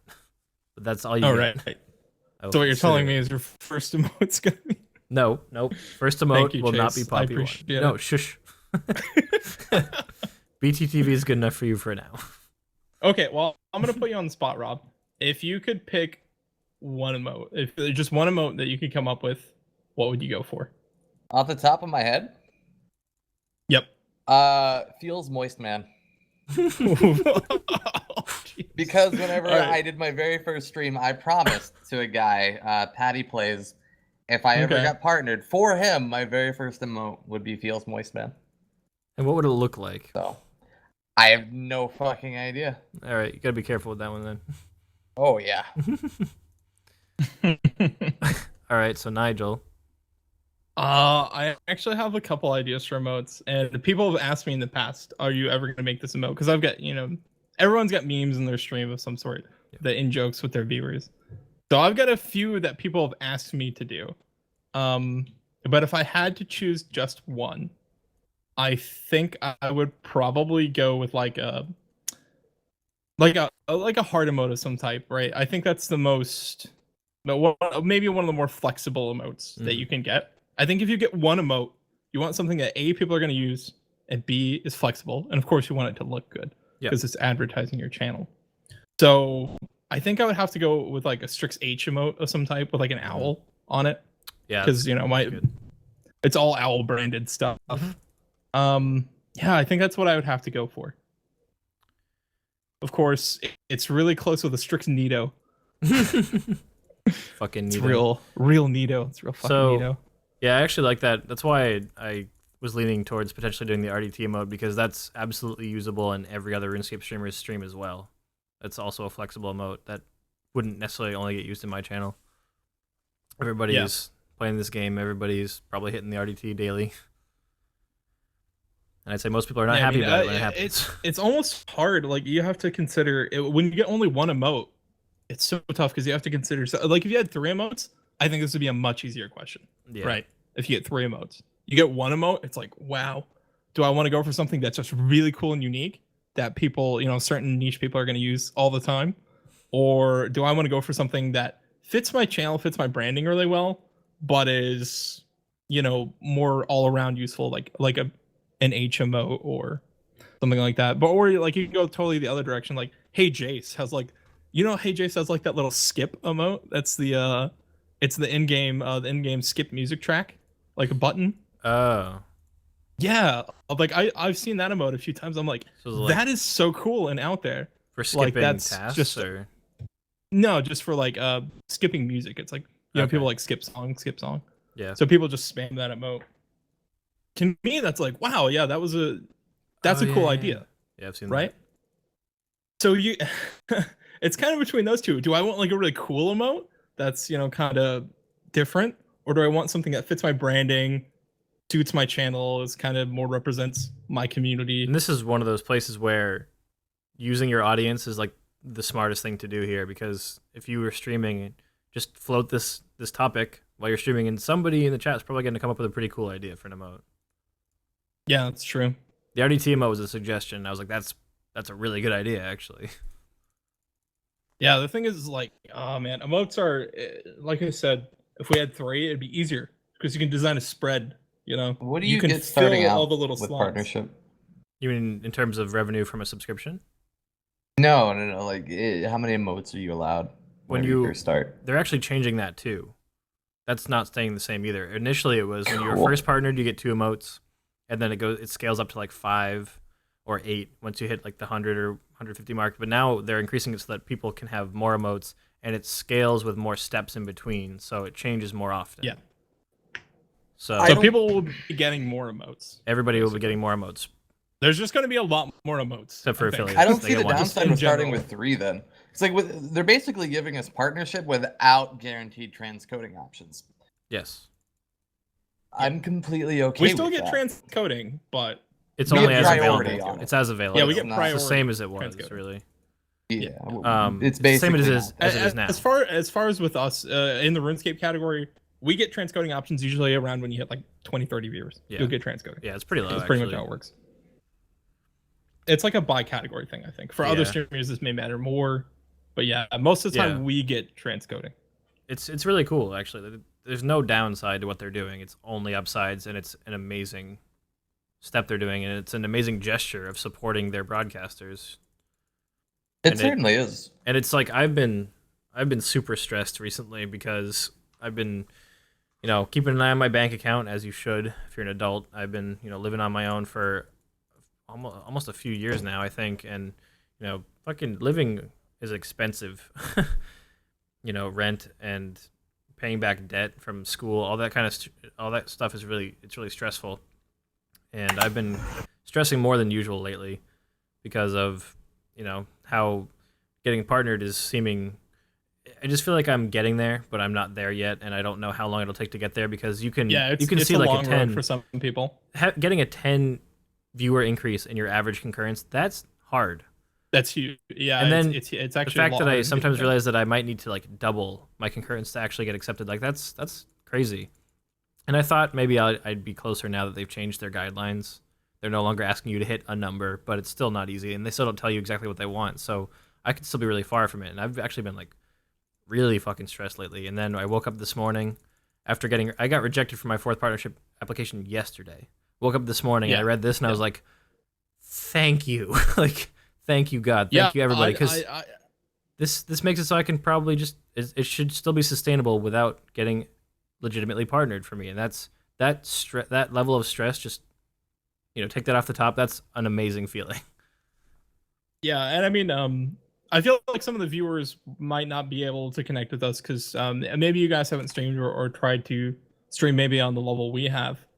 But for streamers of our size, people who are trying to get partnered, who have crossed that threshold of like, getting more than 25, 30, 40 viewers a stream, and we stream regularly, we put out YouTube content, we're doing all the things like full-time streamers should do to get their partnership and things like that. This absolutely is going to change the game for all 3 of us here, because this just makes that dream more actually a reality. So honestly, can't thank Twitch enough for doing this. This is awesome. It's so fucking That exciting. being said, do we want to get into the RuneScape topics, talk Yes. about the Q&A, and then wrap it up? I suppose so. All right, let's go for it. Okay, so we do this every week. I've basically taken some questions from the Q&A transcript. We're going to see what the JMods had to say about it. We're going to give you guys our thoughts. We're just going to quickfire go through these. And then we're going to take questions from you, the chat. So chat, if you have questions, continue to @VorpalTongues. Ask whatever you want. You can ask about RuneScape, ask about our real life, whatever you want to do. It's up to you guys. So let's get through this. All right, so the first question we've got here is, can OSRS create a quest competition, sell player design content? Players would have 1 month to write and submit their ideas to the JMods. And they said, yes, they like that a lot of submissions are made on Reddit for quests. And this would allow for those ideas to actually, be proposed without spoiling everything, pretty much. So we talked about this earlier. Quests. Me personally, awesome. I love more quests. Give me more quests. How do you guys feel? Yep, I agree. More quests. I'm all down for All right, it. cool. More quests. Yep. Exciting times in RuneScape. Finally, we get quests. Hell yeah. All right, so the next one is this is about double death rune crafting. They also talk about double laws rune crafting. They basically said, you guys looked at the data on it. When are we gonna pull that? And they said, yeah, we're gonna pull it. It's something they're gonna offer along with the double law runes. So since they have a lower requirement than deaths do, and they talked about maybe doing a new wrath rune so that you get the surge spells in the game. Yeah, we've talked about this previously. We're all excited for it, right? Yeah. Excited for what? Double deaths, double laws, wrath rune. Oh, yeah. Yeah, I guess so. Yeah, just like more rune crafting content. Sure. I also wouldn't mind the price of deaths dropping a bit. They're 'cause deaths spiking are recently. Pretty pricey. And it wouldn't bother me normally, but I've been doing a lot of barraging Slayer tasks, trying to grind for totems, and it's definitely costing me a fair bit. Speaking of, actually, I forgot to ask Rig about his thoughts on Skatizo, like when it might be coming out, like if he's excited or if he wants it to take longer. Because I know personally, I want it to take longer before release because I so you don't can get feel more like totems. I don't feel like I have nearly enough totems. I think I hit 23 while we've been podcasting saved up, which is not a small amount, but that's still only roughly a fifth. Yeah, still. It's say the pet's 1 in proposed 100. drop It's rate, still. So Even if you have 100, you're only 60%. how do you two feel about that? Are you guys going to be going for it on release or what? Was Skatizo pet? Pet or the head, either one. No, I don't really give a fuck.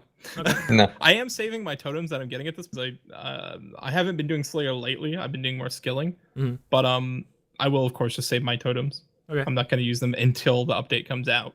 So Yeah. not a single Yeah. Skatizo until that update drops. But however many I get Nigel. until that point. Nigel, if I use Yeah. my bank's worth of totems and then you snag it with how many totems you have, I'm going to be mad. I have one. Yeah, but it's I think like, I have do you remember two. I camped Mole for a month and a half? Nigel went there one day to get Herblore secondaries, got the pet. Mm-hmm. If that happens with I got the pet. Skatizo, there will be tears. There'll be tears shed. Automelody won't be the only one crying for a change. Gears of Aubrey. All right, let's go ahead and get back to the Q&A transcript stuff. Let's talk about the question was, would you consider buffing the Rogue's Den? Currently, it provides very poor experience rewards in thieving and agility, and getting the outfit can be a pain because you can get duplicate items and stuff. Personally, I could attest to this, having got the Rogue's outfit on 2 different accounts. You can either get really lucky, or you can get really screwed. I got super lucky on my hardcore Iron Man. It took me less time on my low-level hardcore Iron Man to get the full outfit than it did on my main Iron Man, which could use the fastest shortcut because I got so many duplicates on my main Iron. So they've said they want to remove duplicates, and you need to talk to the guy every time you want to go into the minigame. So both of these, just very nice quality of life. Yeah. It's going to make it a lot easier to do the Rogue's Den minigame. What are your guys' thoughts? I've already done it on my main. Like I said, if I ever focus on my Iron Man, then hell yeah, that's a good thing. No downside, really. I have 72 thieving, so I'm looking forward to it because I don't have it. Yep. Good stuff. Yeah, I just think in general it's just a very old piece of content that I'm glad they're gonna give it a facelift because honestly it needs it. Much like Trawler really needed something done to it. All right, let's go ahead and talk about can mithril dragons drop a mithril key to open a mithril door? That's a lot of mithril. An ancient cavern with a boss similar to Obor. So kind of like an Obor for mithril dragons, give you more reason to kill mithril dragons. Already, like the noted myth bars is already pretty good reason to kill them. So they said yes, we'd like to add or continue to make more dragons like Advent dragons, rune dragons, RS3. But the drops would also have to be considered. So they've said this in the past. What stuff gives you is the hardest thing for them to consider. Yep. But the idea is good. I like this idea. What do you guys think about it? Yeah, it sounds cool. I think that giving us additional reasons to kill mithril dragons is a good thing because I don't know. They seemed like an interesting piece of content that it never gets done unless you need Yeah, to do the diaries skip. or whatever. it's a skip. Yeah. I don't know. I'm kind of a fan of like what Jagex has been doing lately to make underappreciated content better, rather than just strictly just wyverning the drop table. You know what I mean? What they do, what they're doing now is like they're giving you additional reasons to kill them. So like, you have a reason to go into the catacombs. See, I think that right, and it's a good idea. I'd rather see them do the thing we talked about previously, which was, and not instead, but first. I'd like to see this first is the gargoyle boss at the top of the Slayer Tower, that you get pieces of a key to access the roof. I think like I'd rather see that come out or something first before like the Mythril Dragon one personally, but I wouldn't mind if both of them happened, of course. Yeah, I just like as a concept in general, right? As a general concept, these additional rewards for killing certain monsters. It's a good idea, right? Yeah. It's a way to buff content without just directly buffing the drop table. Mm-hmm. Yeah, I like it. I'm a big fan. Yeah. Any thoughts on that, Rob? Or are you mostly in agreement? What's the question? Oh, we were talking about basically this idea of like totems, keys, Obor. I enjoy it. I like it a lot. I think it's a lot better than just buffing the drop table with like alchables and making them more profitable to kill, giving like a secondary reason for it, like the key, for example, or the totem opening up more additional content. I like that a lot more than just they're better. Go. Yeah. 1 out of 5K Dragon Full Helm drop from the boss. Sure. No problem. All right, let's go ahead and move on to the next one here. Somebody said, can picking up runes already in your rune pouch go to your rune pouch? Same with arrows going directly to your quiver. What do you guys think about that? By the way, the JMod said yes, they can do this. Did they say it in a way that means like it's possible to make it do that and not like it would always do it that way? They'd like for it to do that. Yeah, because I think they just like for it to do this behavior.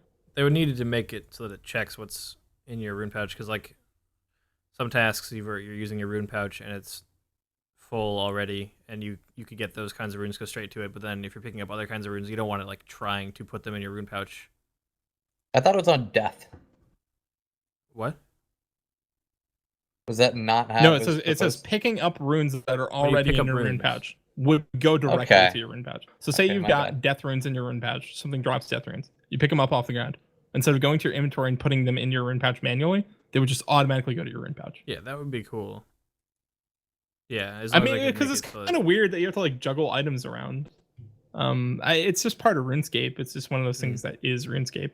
But as like a UI thing, it's kind of tedious, right? Yeah, that'd make barraging stuff like neck reels so much easier. Because all the rune drops I would like picking up my darts to go into the blowpipe. That would be cool. I would like that. I would actually pick up my darts more often. Yeah, me too. Thing. How often do you guys actually even pick up your darts? Like never? Nope. Rarely. It depends what I'm killing. I picked up it depends what darts. I picked up 4 rune darts at DK's like 2 or 3 weeks ago because one of my viewers asked me to, and that was it. Imagine leaving rune darts on the floor. That's painful. It was fine. There's only 4 of them. Yeah, about the only thing I bother to pick up is better than Addy darts. Anything better than Addy darts, I'll pick it up. But I should pick up everything else darts, is just too easy. The darts that end up on the floor is like a very, very, very small percentage of them, and usually what I'm killing that uses rune darts is going to make me way more money than the darts are worth, because I only use rune for bossing. It's like you almost don't want to waste the ticks to do it. Like it's just not worth it. Almost. Pretty much. Besides, Adams already saves you a lot. Yeah. It's probably like 10k GP. I am poor. Hey man, poor. 10k GP is 10k GP. You're you right. could be sucking a virtual dick for that money. All right. Think about where you are and where you could be. You could be dancing for pixels in the G. You could. You could be dancing for money. You gotta appreciate where you came from, kid. Can't look backward, only forward, guys. But yeah, the general idea of other games have this, right? You pick up arrows or whatever. You pick up ammunition, it goes where the ammunition's supposed to go. And if you have a rune pouch that has runes in it, conceivably you're going to pick up the runes and put them in the rune pouch anyways. Yeah. As a general idea, I just say this is good. Yeah. I would like this to be in the game.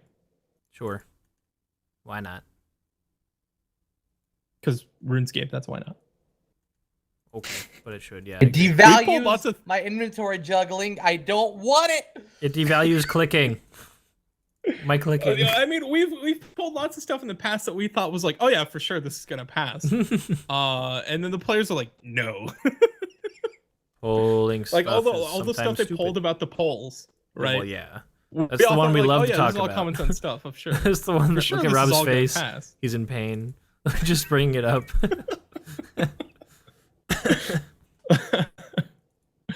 Oh man, all changes to the poll must be polled. Okay. Right, this is what I thought was hurts. interesting. We just got a couple more questions here. Thoughts on creating more item sinks? RS3 has the invention skill, really revitalized their economy, and made quite a few items not their alch value anymore. We don't need an invention skill, but we could probably do something with the concept of, destroying items permanently, right? For access to exclusive areas temporarily, or, for a gamble, for some new item or something like that. For example, that was given, you could sacrifice a Barrow's piece of armor to get access to a seventh brother's grave that you could do for, that iteration of Barrows or whatever. And I said, yeah, they like this idea of consuming items for additional reward of some type. Not necessarily like invention. And this is an idea we've discussed on the podcast before. So I think we're all kind of the inclination of, yeah, this is a good idea. Because the economy is kind of like, nothing ever really leaves the game in RuneScape, just because of how death mechanics work and stuff like that, right? So things very rarely leave the game. I just want to hear your guys' thoughts on this sort of thing, because we haven't really discussed this specifically. Gambles for better gear, access to, temporary content, kind of like Skatizo sort of thing. Yeah, it's similar to other stuff. I think if they implement it in a cool way, then sure. Carol's Quick Sync, I agree. I don't know. I think it's bad form. I just want to say to have a Q&A question that starts with, "Can we have this?" RS3 has it. That's not a good idea, because you're going to get naysayers simply because of the association with RS3. Like that's a very bad way to approach it. But I think that if done properly, then yeah, it could be a really good thing. I think the sentiment's correct though, which is, having a way to get items out of the game is important. There's lots of ways to get gold out of the game, but the only way to get items out of the game is really selling them to shops, alching them, just dropping them and them disappearing, which happens very rarely. So there's not a lot of ways to get some certain items out of the game, like whips. The only way they get consumed is via tentacles, right? On the topic of dropping shit, did they change it so if you go into Varrock West Bank upstairs and you try and drop trade shit, it just doesn't go through? Is that a thing? Okay, They here's how did. this works. Here's how this works, Rob, because I know exactly what you're talking about. You try to drop trade something off your Iron Man, right? I did. I drop traded 4 mil in burnt pages because I was gonna use them for bonds and they disappeared. Had some on my hardcore that I forgot about. Drop traded those in Lumbridge. Showed up perfectly fine. I was so mad. Did you make sure to be on the world ahead of time? You have to be logged into the world before it happens. Yeah. But sometimes the game kind of detects that two accounts are interacting with each other basically from the same IP address and won't show any of the items. Really? Yes. But it was just that specific instance. I drop traded from every account I had. Mm-hmm. I had it happen It's one that time with one transaction. Just didn't I had it happen one time, and ever since I've used a friend to help me do it. Not Dovey Das, but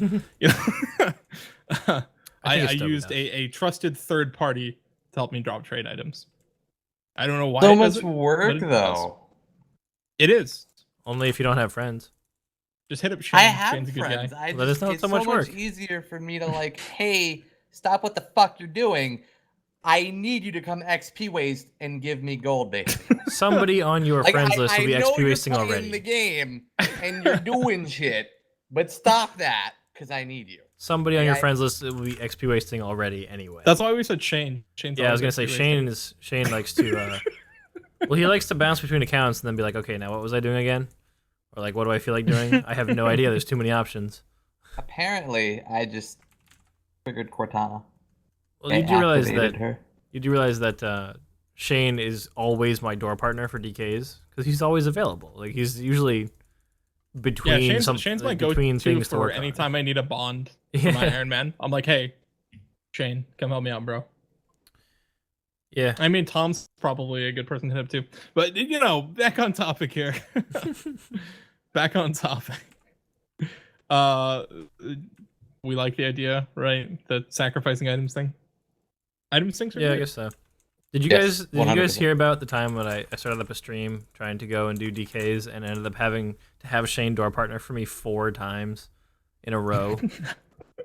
Was it the worlds or do you just suck? I'm just trying to remember what happened. So, okay, I set it up. I got there, and I had the worst setup I've ever had, like on my maxed main. I took so much damage right at the beginning, and I had accidentally dropped my brew up top to free up the space ahead of time. I didn't think I'd keep needing it because I never had before. And I ended up being like, I'm probably going to die, aren't I? And I didn't really do anything about it, and I died, and I was like, oh, fuck. Okay, so I went to go back and realized that I had forgotten to bring the things.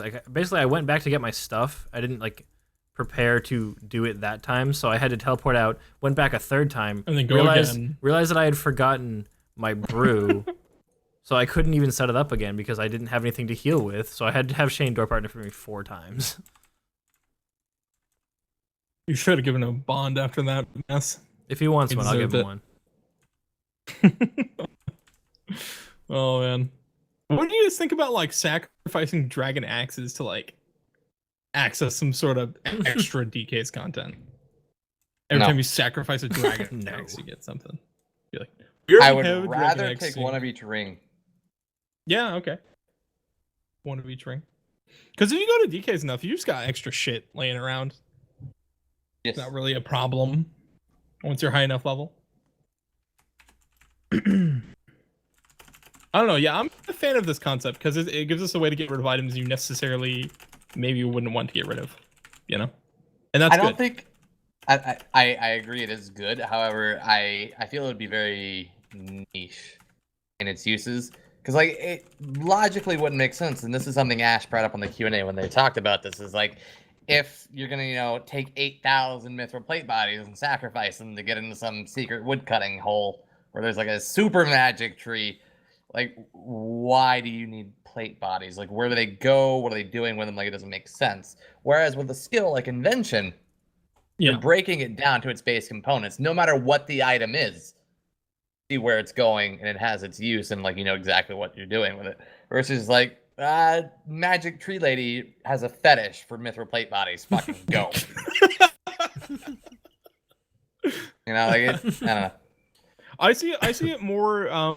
I see this mechanism being more used to keep items like berserker rings or something like that. Kind of more actual items that have a use. Kind of to more maintain the price of that item, and less to we need to get rid of 50,000 maple bows unstrung or whatever. Right? That's what the Karamja shop's for. Use a Karamja shop for that crap. I see it more kind of like a one-off thing, sacrificing one of each ring to, unlock some extra content beyond what's already there. And it's maybe not necessarily even that much better than the current DKs you've got. It's just something extra, something a little different you could do. Right. Like the 7th Barrows Brother that you can unlock by sacrificing. I would say for something big like that, if it's a permanent unlock, you want it to be a big sacrifice, right? Maybe sacrifice an entire Barrow set of some sort. Right. So temporary one-time sacrifices that you have to make to unlock. For instance, going into the new Inferno area, you have to give them a fire cape to get into it. So I like this idea of permanent unlocks with kind of a big item sacrifice attached to it. I don't know. I think it would be cool. I think they have to still be careful about implementation, though. I don't like the idea of unlocking a 7th Barrows Brother. That's just the opposite of old school right there. No. It's just so contrived. It's Barrow's RS3 is sister. what it is. Yeah. Barrow's sister. It happened in RS3. Barrow's sister. I mean, technically the lore is already there for Seventh Barrel's brother, rather. Really? Yeah, but who cares about R-Series lore? got it. I'm just saying, like in the game, in the world of RuneScape, it makes sense, or they can make it make sense, which is a nice way to say nothing has to make sense. It all makes sense if you don't think about it. Yeah, it all makes sense if you don't want it to make sense. Microphone muted. All right, let's move on to the next question. We're talking about the Harmony Isle patch. So they were saying, can the Harmony Isle patch get some sort of buff? It's currently the hardest patch to obtain. There's nothing significant about it other than just being a patch. The recent Slayer Tower Microphone buff activated. devalued the Mortania Elite. That word, the devalued word. Maybe protection from disease or increased yield. Some of the Catherby patch, and the JMod basically just said maybe. The protection from We'll look at disease it. is useless because they've already said no more mechanics that involve the disease mechanic. Like no more content that uses the disease mechanic. We don't like it. Yeah. I don't know. No, Maybe, they weren't do you think talking maybe about, they like, were talking about disease- the disease mechanic, like the one? From Zogre Flesh Eaters. Yeah. Yeah, Or Zogres. like I the think fever that spiders. disease. That kind of disease is what they're talking about. Yeah, Not disease. we're or talking about patches. disease for your plants, which is just a Oh, farming I'm mechanic. sorry. Okay. Why would your herb patch give you protection from Zogre Flesh Eater? See, you're assuming, Nigel, that I was listening the whole time. True. You're pulling to me, man. I did. Supposed to did be bully on the you. ball. Pull the Rob. You're supposed to be on the balls. I am right now. Yeah, I'm sitting on them. I don't Don't know. sit What on is it? The sentiment of the question. What I want. Should the hardest herb patch in the game to access be, better than just a regular herb patch? It's Sure. not hard to access though. There's a teleport for it. No, I mean it's the hardest one to unlock, meaning like to get access to it. I guess, but like at that point, the benefit comes from another herb patch. Sure, why not? Fuck it. YOLO. You can go either way with it. Like I don't care. Yeah, I mean I'm kind of the same way. Like I don't care. Extra yield, sure. Sure. Like, if you want to give me free stuff, I'm not gonna say no. But I don't really see the push for this one. Yeah. Also, Tom brings up a good point. 91 fishing. Yeah, but he said it's the hardest. That implies that fishing is hard. That's just not true at all. It's just long. Yeah. Kind of like mining. Mining's not hard. It's just long. The 86 she rune said. crafting is much worse. Because I'm the king of AFK. Yeah, my Iron But Man that already has doesn't give you a 99 herb fishing. patch, does it? No, it doesn't. No herb patches for the rune crafting requirements. All right, so let's talk about the last question here, which is: can horrible delay when moving around in Tears of Gothics be removed? They say the delay is an animation for you leaning forward and leaning backwards. They could remove the transition, so it would, be more in line with the rest of the game. If I'll use my other in terms training of methods, movement. makes Tears of Gothics too easy. Tears of Gothics That once a easy week game. activity, too easy. Okay, like I stopped doing Tears of Gothics when the only XP I could get from it was woodcutting. I was like, okay. Like, I don't There are really certain care skills about that it's it. not even worth going to Tears of Gothics for the most part. You Yeah, gotta something just keep training something it. like construction or like Slayer, if those are your lowest skills, pretty useful actually, or like rune crafting. Mhm. Something that's kind of like a slower skill. It's awesome. But something that's like woodcutting, it's like I can get like 60 70k an hour like no problem. I don't need this like 10k XP. Yep. But still, I mean, sure, I'm down for them fixing Oh, yeah. problems we have with Yeah, the game. why not? Yeah, and I do agree that the animations are weird. And That it is just one of the feels most very frustrating minigames ever. sticky. Did you hear when they talked about how this minigame actually works? No. There's an NPC, like an NPC invisibly on top of the minigame, and it's what causes they use the invisible NPC to calculate the timers for like how all the stuff moves. Wait, what? They use an invisible NPC to create the timer that causes all the stuff to move around randomly. Like the different veins. That's Yeah. odd. That's really weird, isn't it? Yeah, it is. Apparently the code for it's just horrendous. I'm sure. I mean, it's a very old piece of content. Huh. Yeah, That's it's super kind of weird. very roundabout. They need an NPC to generate the timers? They can just have like timers Well, for the I object? think they have different ways of doing it, but this is an old piece of content. Yeah. So that's how they did it. Fun fact. Did you ever hear Oh, how right. they made the magic carpet rides in like Alcarid or no the desert? Yeah, the desert. Yeah. No, I never heard about it. So whenever I think it was Ian Gower that was making it, what he did was like he covered the entire desert in I think it was like blue dragons, and he like had the carpet right above it. And if they couldn't attack you, he theorized that nothing else would be able to. So it's literally he just took a shitload of blue dragons everywhere and just put a carpet over top of all of them, Huh. and that's how he made it. That's pretty Because cool. red dragons, I was close. It was something. That is an Those are unimportant detail to jargons. correct somebody on. but I alright. dummy you. Well, you played yourself.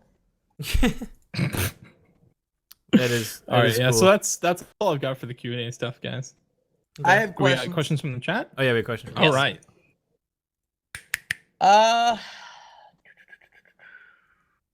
Okay. Do you think affiliate selling bits to partners could become a problem? It sounds plausible. Maybe. But I Selling don't see why bits to somebody partners. would do that. How? Like, because affiliates would be able to basically like, this is going to vastly increase the amount of bits overall. Yeah, Right. it will.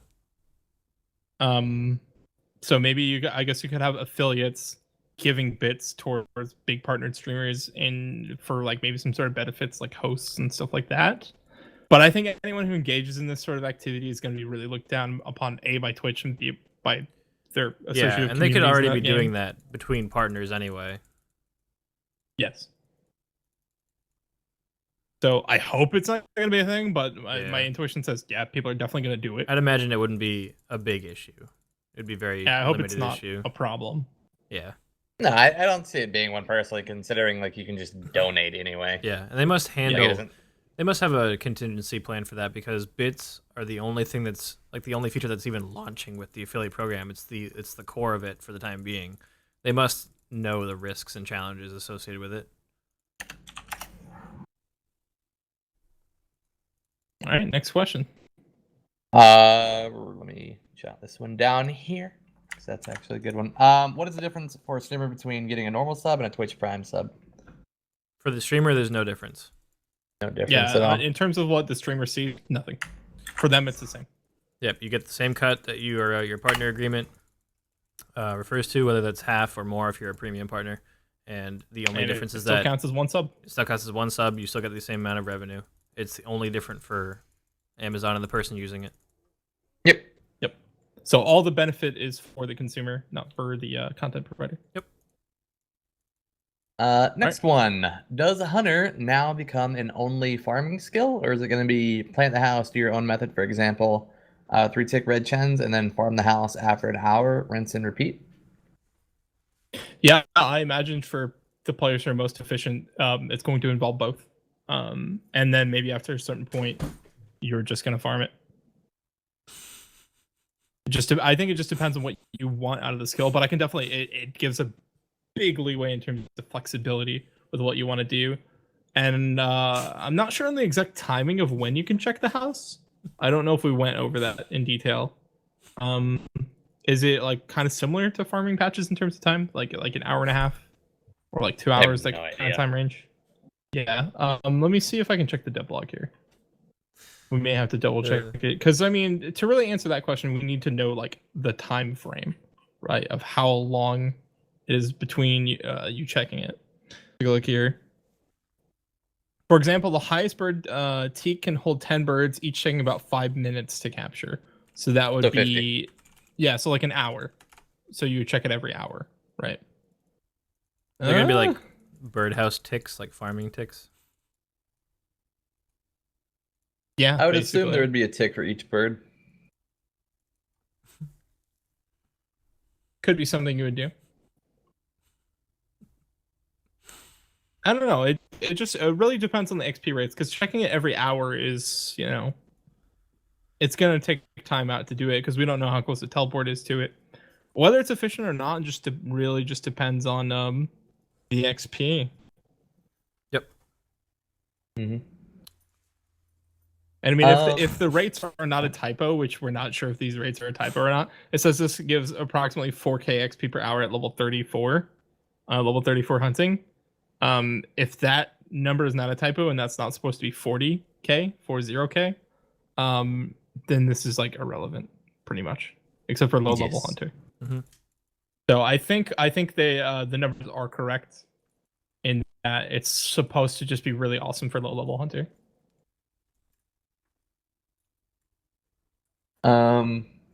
Next. It would have to be because like if it takes an Never mind. hour, Not next. if it takes an hour, like, and you're getting 40k an hour, you would get that in like one lump sum. That would be. Oh. Uh-oh. Hello. Uh-oh. Hello. Hello. You okay? Oh my goodness, what happened? Hi. Hello. You're still good for us. Are you having problems on your end, Chase? I might be. I lagged in game as well. Okay. Oh, SpaghettiOs. Seems okay. Yeah, I'm pretty sure it's supposed to just be useless at high levels. Ahamol in the chat says pretty much the same thing, which is like so I think it's not a typo. I think the rates are correct, and that it's only 4k XP an hour, basically, which is sick if you're like level 30 hunter, because it's just like a free 4k an hour you can just go and collect. And I think you can set up multiple of these, right? I think so, yeah. You can set. They said yeah. that, yeah, the number that you can place is yet to be determined, but that implies it'll be more than one. Yeah, so I mean, I think for high levels, any other method is going to outweigh these. Yeah. Which seems to make sense to me. Yeah. Again, big game changer for low level hunter. No impact on high level hunter. I think it's how it should be. Yep. Next So question. there you go. I think that answers the question. Okay. Yeah. What is your guys' opinion? And what should be done with the Kramja store now that Omnia has killed it for a week? How did Omnia kill it for a week? They filled up every slot with junk like sacks, tuna, shrimp, flax in stacks at 10,000, and they only get removed 1 per minute. Why did they So do either this? Or they entirely cleared out during a game update. yes, like as soon as the game went live, they started just filling it up completely in the world. Why? So I'm gonna Because I don't know exactly, only what I've been told. It's a weird Which is- thing to do. They're trying to stabilize prices on a lot of the sold items. Because apparently, like I didn't actually know this, the Kramja store is used a lot in real world trading. Like me and Thurko were talking about it on a stream like 2 days ago. No, yesterday, whenever it happened, yesterday morning. And like people legitimately, what they'll do is because like the highest thing is 100 combat. They will get 100 combat on the account, do the hard diary, and then just sell there, make like a bill. And while they're making this bill, they'll have another account, and nightmare zoning up to 100. They'll RWT on the one account once they have the bill. They'll scrap the account and immediately do it again. Huh. And they just keep like they can make a sustainable living this way. I understand. It's actually a very common thing. I understand that the Kramja store poses some problems the way it works and the way people use it, but I think that a clan taking it upon themselves to strike back against it is a very entitled thing to do. Like, hey, our clan of just people who play the game equal parts to everybody else are going to try to affect the economy. I think that's something that it's not as much of a problem as the Kramja store being abused, but I view that as a problem too. I view that behavior. To me, it's a chaotic neutral action. This affects both people who are abusing the shop for reasons they shouldn't, RWT, and actual players who just want to make some money. So this affects both people, and the way shops work in the game, there's really no way to stop this. Griefing shops is something that affects Iron Man 2. For instance, players will go to the blast furnace shop, sell ores to the shop. If you're an Iron Man, you are now fucked because you can't buy those ores because they're now cheaper. Mm-hmm. And congratulations, it's that way for a week. So same thing happens to Iron Man with other shops. So I'm not This is not an unfamiliar concept to me, but the Karamja shop I think is more egregious in the sense that people can abuse it for RWT uses. But at the end of the day, I kind of agree with Chase. This is something Jagex needs to look at, and the fact that a clan's Yeah. taking it upon themselves to That's the essentially thing. grief the entire player base. Yeah, that's not okay. Yeah, that's not And Tom okay, has in my a opinion reasonable either. point. He says they're just an organized party doing it. The Karamja store is no different than bounty hunter emblem boosters, and I'm not saying that. My problem with it is that the clan is taking it upon themselves, and it reflects badly on the clan. I have less respect for Omnia because they decided to do that. I know that you can't stop the player base overall from doing it, and some like other people could be doing it on their own. And yeah, it's just an organized party, but that organized party should have known. They better. made a conscious decision to do Yeah, it on I don't every like shop. that. I don't like that. I've seen people do it on a few worlds. I've seen that happen sometimes. Yeah, a few But, worlds I've seen, but not every single one of them. Yeah. Like they went as far as I don't know. they missed the 2K world whenever they were first doing it, and there were already people there already selling to the shop. You know, a couple hours after, and they ended up buying all the rune items out that were being sold and immediately filled it with junk. Yep.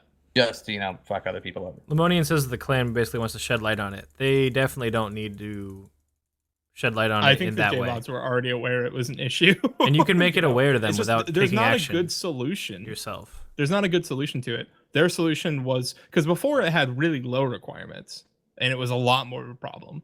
And then they raised the requirements and it was a bit less of a problem, but still a problem. I don't know if there's a really great solution to this one, honestly. Because the way that you can create like a RWT Karamja shop account, you're playing totally legitimately up until the point that you RWT. Yeah. They can't ban you for anything you're doing up to the point that you sell that gold. They can definitely flag your account and, we're going to watch this guy sort of thing. But unless you're a botting to get your account to that point, which I assume some people might. I know what they can do. But you Restriction can of play the free account trade. totally legitimately up to that point. Remove free trade. That's how they take care of it. Boom. Solved. Yeah. It's not an easy problem to solve, really, I don't think. It's not, no. However, I don't know. I do think this reflects badly on Omnia, though. They're essentially me too. griefing the entire player base, is what they're doing. That's what I I'm would saying. like to see an Iron Man only Karamja shop that's like split, because Iron Man, for those that don't know, typically have split shop stocks. Mhm. Like we go to Blast Furnace, we have full stocks at Ors. But the Karamja usually. shop's not like that? No. Oh, I didn't No, know that. Otherwise, no general stores like that for Iron Man. Oh, okay. I see. It's because it's a general store. All general stores work this way for Iron Man. Yeah. Which is you can see all the stock in the general store. It's only specialty shops that have different stocks for Iron Man. Maybe they should Yeah. consider the Karamja store a specialty store. I would consider Because I mean, that. you do end up with like a lot of alchables and stuff from Slayer now, especially. Slayer gives so many rune items and stuff like that. That I have found myself using the Karamja store a lot more frequently. Yeah. Because of the Slayer changes. Before I would just alch stuff because you didn't get that much stuff. Yeah, But, the only reason I found out that they filled up the stores, I didn't want to switch spell books. I was being lazy. Had a couple battle stabs in the bank. I wanted to, free up. Went there, couldn't do it. Yep. No, I think what Omnia's done. Yeah, you raise the profile of the issue, but at the same time, you're griefing people. Is what you're doing. Yeah. So I I hope this is a one-off event. I hope this doesn't become the weekly occurrence as of an update. Time to go Yeah. fill the shop. Yeah, I you don't- know? They're debating That's if they the want to do problem. it again next week. That's the problem because I think that you can't expect the player base to not do that. Like people are going to do what they want to do, but if it's just like people here and there, that's one thing. Because if it reflects badly on one person, that's one person. But like if somebody's looking to maybe join a skilling clan, like Omnia is going to look less appealing now because they behave in such a way. They're like it's like the Basically, they're vigilante trying clan. to say, right, we run the game. Yeah, Is what they're trying to say. that's messed up. That's entitled honestly, bullshit. Honestly, I think if they do it again, the JMod should heavily consider temp banning, I agree. like a 3-day ban I would support that for fully. everyone involved. And I Because wonder, you're griefing the entire player base. is and what I you're wonder doing. what Rig thinks. And that's not of it, okay. actually. It's a shame that he had to leave because he switched to Omnia, did he not? Mhm. He switched to Omnia Yeah. from Hexus Yep. to help represent the brand because his friend runs it. That's the only reason he switched was to help his friend out and to like just get the name of it out there. But if the name is being tarnished by the players in it themselves, that's a bad thing. And I wonder how Rig feels about that actually. Yeah, I mean, I kind of agree with the sentiment, but I don't agree what they're doing, No. basically. Which is like, I understand it's a problem, but propose a solution. Don't create a bigger problem. That's the way I see it. Yeah. So I hope this is a one-off event. You've successfully raised the profile of what a problem A, griefing shops is, and B, what a problem the shop is. Great. Propose some solutions. Let's move from there. Mm. All right, we got another question? Yeah. Last one. You guys talked about how good the new system is. What are your thoughts on how hard it will be to become noticed? Because so many people will be streaming when it goes live because anyone can do it on like the new sub button shit for affiliates. Yeah, that thing. My first reaction is that the growth is not. It's not about fast growth after the affiliate program launches. It's about sustainable, slow growth until you can take the next step. Exactly. It's about making it viable for a longer period of time. It's not about, hey, notice me, I'm an affiliate. Because yeah, you're right. A lot of people will be affiliates, but it basically what it is that your core audience that you've developed up to this point will be able to keep you doing it longer. They have more options to support you long term, Yeah. more sustainable options. Because bits are very sustainable. Mhm. People get bits for watching a stream, watching ads. Yep, they can bit farm. And you can run ads to give people bits. Basically, Yep. your viewers, if they watch you, if you stream for a reasonable amount of time and your viewers are dedicated and they watch ads and get bits from watching your stream, they can sustainably, easily donate you $1 to $2 a day through bits, through them not having to go out and do anything of their own other than watch your stream and enjoy your entertainment. They can donate $1 to $2 to you in bits per day, from just watching your stream and watching the ads and whatever the you do. subscriptions will probably still be the biggest bottom line when that launches with the affiliate. Yes. Because yeah, we agree but that whether your viewers are getting 5 emotes, 10 emotes, or just one, they if they want to support you, they will. They will, exactly. But let's say you're hitting 40, 50 viewers a stream. Let's say half your viewers do this thing with the bits. That's a huge bump in revenue. That's almost $20 a day, or maybe more, maybe less some days. But that's like nearly $20 a day. We can all three agree right now. There's a whole lot of days you don't make $20. There are months I don't make $20. Yeah. So people don't get into. Let me put it this way: you shouldn't get into streaming for the money, right? But if you do decide to take it to the next level, it's something you have to think about, and this is just a way to make it more sustainable for people of a smaller to middle channel size, because it's nearly impossible to make that jump from small to middle stream without putting in hours of effort, and that effort should be rewarded in a way that's easy for your viewers, right? You shouldn't have to, and this is something I've always felt was kind of intrinsically maybe a little bit wrong with Twitch, which is that if you want to go full time, you have to lean so heavily on your viewers. And that personally, as a person, that kind of, it hurts me somewhere deep inside to think that I'm doing that to people. Which is why recently I started needing more money, but I wasn't going to lean on my viewers and ask them for that. That doesn't sit right with me. So what I did was I went and got a job and said, I'm going to put the full-time streaming thing on the back burner. To me, that was the responsible decision. And for some people who were wanting to go, higher and bigger with things, they have to make the choice too. I have to lean a little bit heavier on my viewers. This makes that less of a thing. And to me, that makes me so happy because, this is basically a more sustainable way to do what we do as streamers. And to me, that's an excellent thing. Yep, Man, we'll just get prims. Apparently. 3905. Damn. They describe it as a stepping stone, and it's a great stepping stone, but it's like it's more like a bridge, really, because there's been no step between not partnered and partnered before now, and the gap between just a small streamer and being a partner streamer for a lot huge. of people, it's just a huge. It was unattainable. Journey. It's a long distance in Yes. between, so the bridge, it lets you keep slowly walking, towards the partner without having to just stop. You can get that slow growth without having to, worry so much financially and do those things that make you feel kind of icky and sell outy, like leaning heavily on your viewers for donations and sell out stuff. That's by the way, do that sell out stuff, by the way. Here, my name right here. Go for it. Saying. But I mean, right, like that's why the people do the sellout stuff, right? That's why they do the giveaways. They're just trying so hard to get that attention that they need to get partnership. Yeah. Because that's when it becomes, okay, I can relax and do my thing, is how a lot of people feel. But yeah, to So answer yeah, the I question, think this totally changes the dynamic of Twitch. yeah, but to answer the initial question, how is it gonna? I think it's just bottom line. It's not going to be a race to see how fast you can grow after the affiliate program launches. It's not going to be a competition to see how much more visibility you can get on your channel. It's going to be about the people who have stuck by you up to this point being able to support you easier and better and keeping you around. It makes it easier for your viewers. It makes it easier for you. It makes Twitch make more sense to me. I don't think there's suddenly going to be a huge influx. Well, there is going to be an influx of streamers, of course. Yeah. But I don't think there's going to be a huge influx of streamers that are going to somehow game the system and totally, scam and screw people and stuff like that.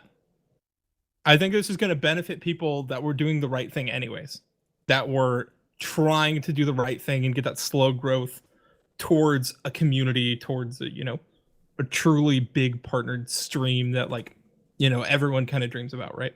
Mhm. I think this is going to benefit those people the most. As for the people that are just going to come in and try to, let's get some easy money on Twitch, those people never last anyways. Yep. So that was our last question. Oh, right, I Rob? think Yeah, What well, yeah, was that he was the last smiling at? question. I Some Looking at something IRL to sign stuff. off. No, I was picking the sign off. Oh, okay. Oh, okay. So what is it? Well, are we ready? If we're out of I questions, think we are. so. Unless you have something to weigh in with the question. No, Yeah, like yeah, I say about the- agree completely with everything that was said. Okay. All right. Well, let's do the sign off then, boys. All right. Fuck, marry, kill. Godzilla, Cthulhu, King Kong. Now I know why you were Wait, smiling. run that by me again. Fuck, marry, kill. Godzilla, Cthulhu, and King Kong. This one's Oh my god. this one's less fun. They're all bad options. What the fuck? All right, Cthulhu's my waifu. Like them tentacles. Oh, God. Yep, I'm into that. I mean that one makes sense because I am Cthulhu the is like king.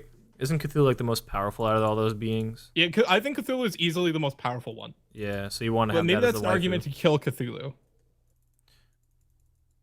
It Maybe could that's an be. argument for that It could one. be, but it also means it's gonna be very difficult to kill Cthulhu. I think Maybe there's an it's argument to be made for that. Fuck one, marry another, and then submit to Cthulhu because you have no other choice. Bow down. Right. So I would probably, I guess I'm killing King Kong. You're gonna kill Big Harambe? Yep. You're such a dick. Can't play favorites. I would definitely get hired at the Cincinnati Zoo. Yes. Fun story. I've been to the Cincinnati Zoo a few times years ago, because I have family near that area. So when I heard about all that stuff on the news, I was like, I've seen Harambe. You saw him for the last time. Yes. Pull your dick out when you heard the news. Yep. I hated Yeah, that because meme been so continually much. out. Of all the memes, I think Harambe was actually probably the stupidest meme. Yeah, in the I last agree. It year was or so. it went on way too long. It went People on took it so so seriously. long. I know. I gotta man. agree with Nigel though. I think kill King Kong. And I don't know. This one's it's just rough. That's what it is. They're all huge and they're all gonna mess you up. I don't know, Rob. What do you think? I would fuck King Kong because he got that King Dong.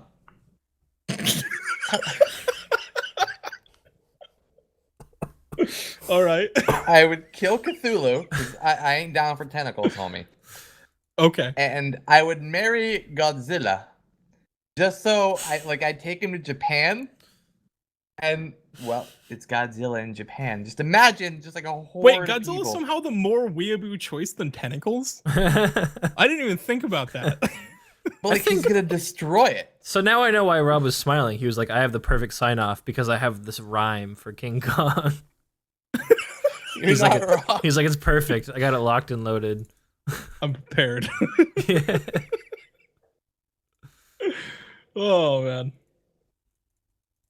I don't know. I think banging the big lizard is the right move. I'm not gonna wife. I think Godzilla. kill self to get out of this ridiculous mess Yes, of choices that's a good is the option. best option. You're like, well, I'm You gonna guys are first I'm gonna kill bitches, myself man. and just do none of this. This one was bad. You had the best answer because you had the rhyme ready. You had the funny answers, and we were Oh, did like you get actually to thinking Japan about with it. Like Godzilla? it's horrible. Godzilla is like based on Japan. It's like a Japanese That's where he thing. comes from. So, yeah. Actually, it's Gojira, Zero. which is also a really awesome metal band. Really? Yeah. Oh. I listen to them on my stream. What stream, Nigel? Some cool tunes. Oh, so you never listened to Okay. it. I see. God damn it. That's cool. I never listened to them either. Oh, Real talk though. We miss your streams. that's mean. Is it any meaner than my viewers yesterday making fun of me for not getting partnered again? No. No, really. you got to put yourself out there. It happens. Yeah. Oh, I mean, hopefully, for those of you guys who aren't in the know, I recently got a job, like I talked about earlier. So my hours are all over the place because I'm doing training. So I've been working every single day, totally different hours. I work at a hotel that runs 24/7, so the hours are just crazy. And I haven't been sleeping too well this week. This was a 2 cup of coffee kind of day. Mm. So yeah, I'm looking to get back to streaming as soon as I have a regular schedule. Why are you flipping me Yeah, off, Rob. Why? Why? Was that for me or the viewers? It was just something to do. Just cause. Well, if you can do that, I can do this. So The shocker. Have you ever done the shocker? no, To someone? Like, Is is that it what you're asking? effective? way off topic here. Have you? All right, okay. Now I'm gonna ask you, Rob. Have you ever? Yeah, done have a you? shocker? I've never been in the moment and been like, oh yes, I'm gonna do it finally. Just Finally. I've I been also- waiting I for feel this for my whole life. He's like, my finger strength just has never been good enough to really work the pinky. I got like a really little pinky finger, man. Like it's. That's ideal for the shocker, I guess. Oh, Then you gotta gotta take a survey. Like I said, I want to like. like I Spock said, it. I don't know my hours yet. Then you're gonna take a survey. On a scale of 1 to 10, how shocked were you? Well, if we're going that way, I should like donkey punch her. Oh my god. Can we end before Rob says anything stupid? Or, This like, video more is, stupid, you know, like this I video said? is already gonna get like a strike on my channel. Oh, it's getting edited. God damn it. I'll just like, I'll censor an entire like 2 minutes, like with the beep noise, and then just zoom in on Rob flipping you off. Be the Definitely. perfect end of the video. Is my face still super zoomed in? Yes. Yes, it is. It looks good on my end. Yeah, no, on mine it's messed up. But yeah, it's fine. Okay. All right, we're gonna go ahead and wrap up, guys. It's been fun. I'm gonna go make dinner. I don't know what these two guys are gonna do, but Probably that. it's been awesome having you guys. We hope to see you next week. Follow us on If my Twitch work and schedule allows Twitter it, we and may have to do it on like MySpace. Thursday or Saturday. The days might move. It may not be statically on Fridays now, guys. Just a reality of me having a job. So hope to see you sometime next week. We're definitely having one. And yeah, we will see you guys then. Have a great one, everyone. See you Bye. next week. Bye.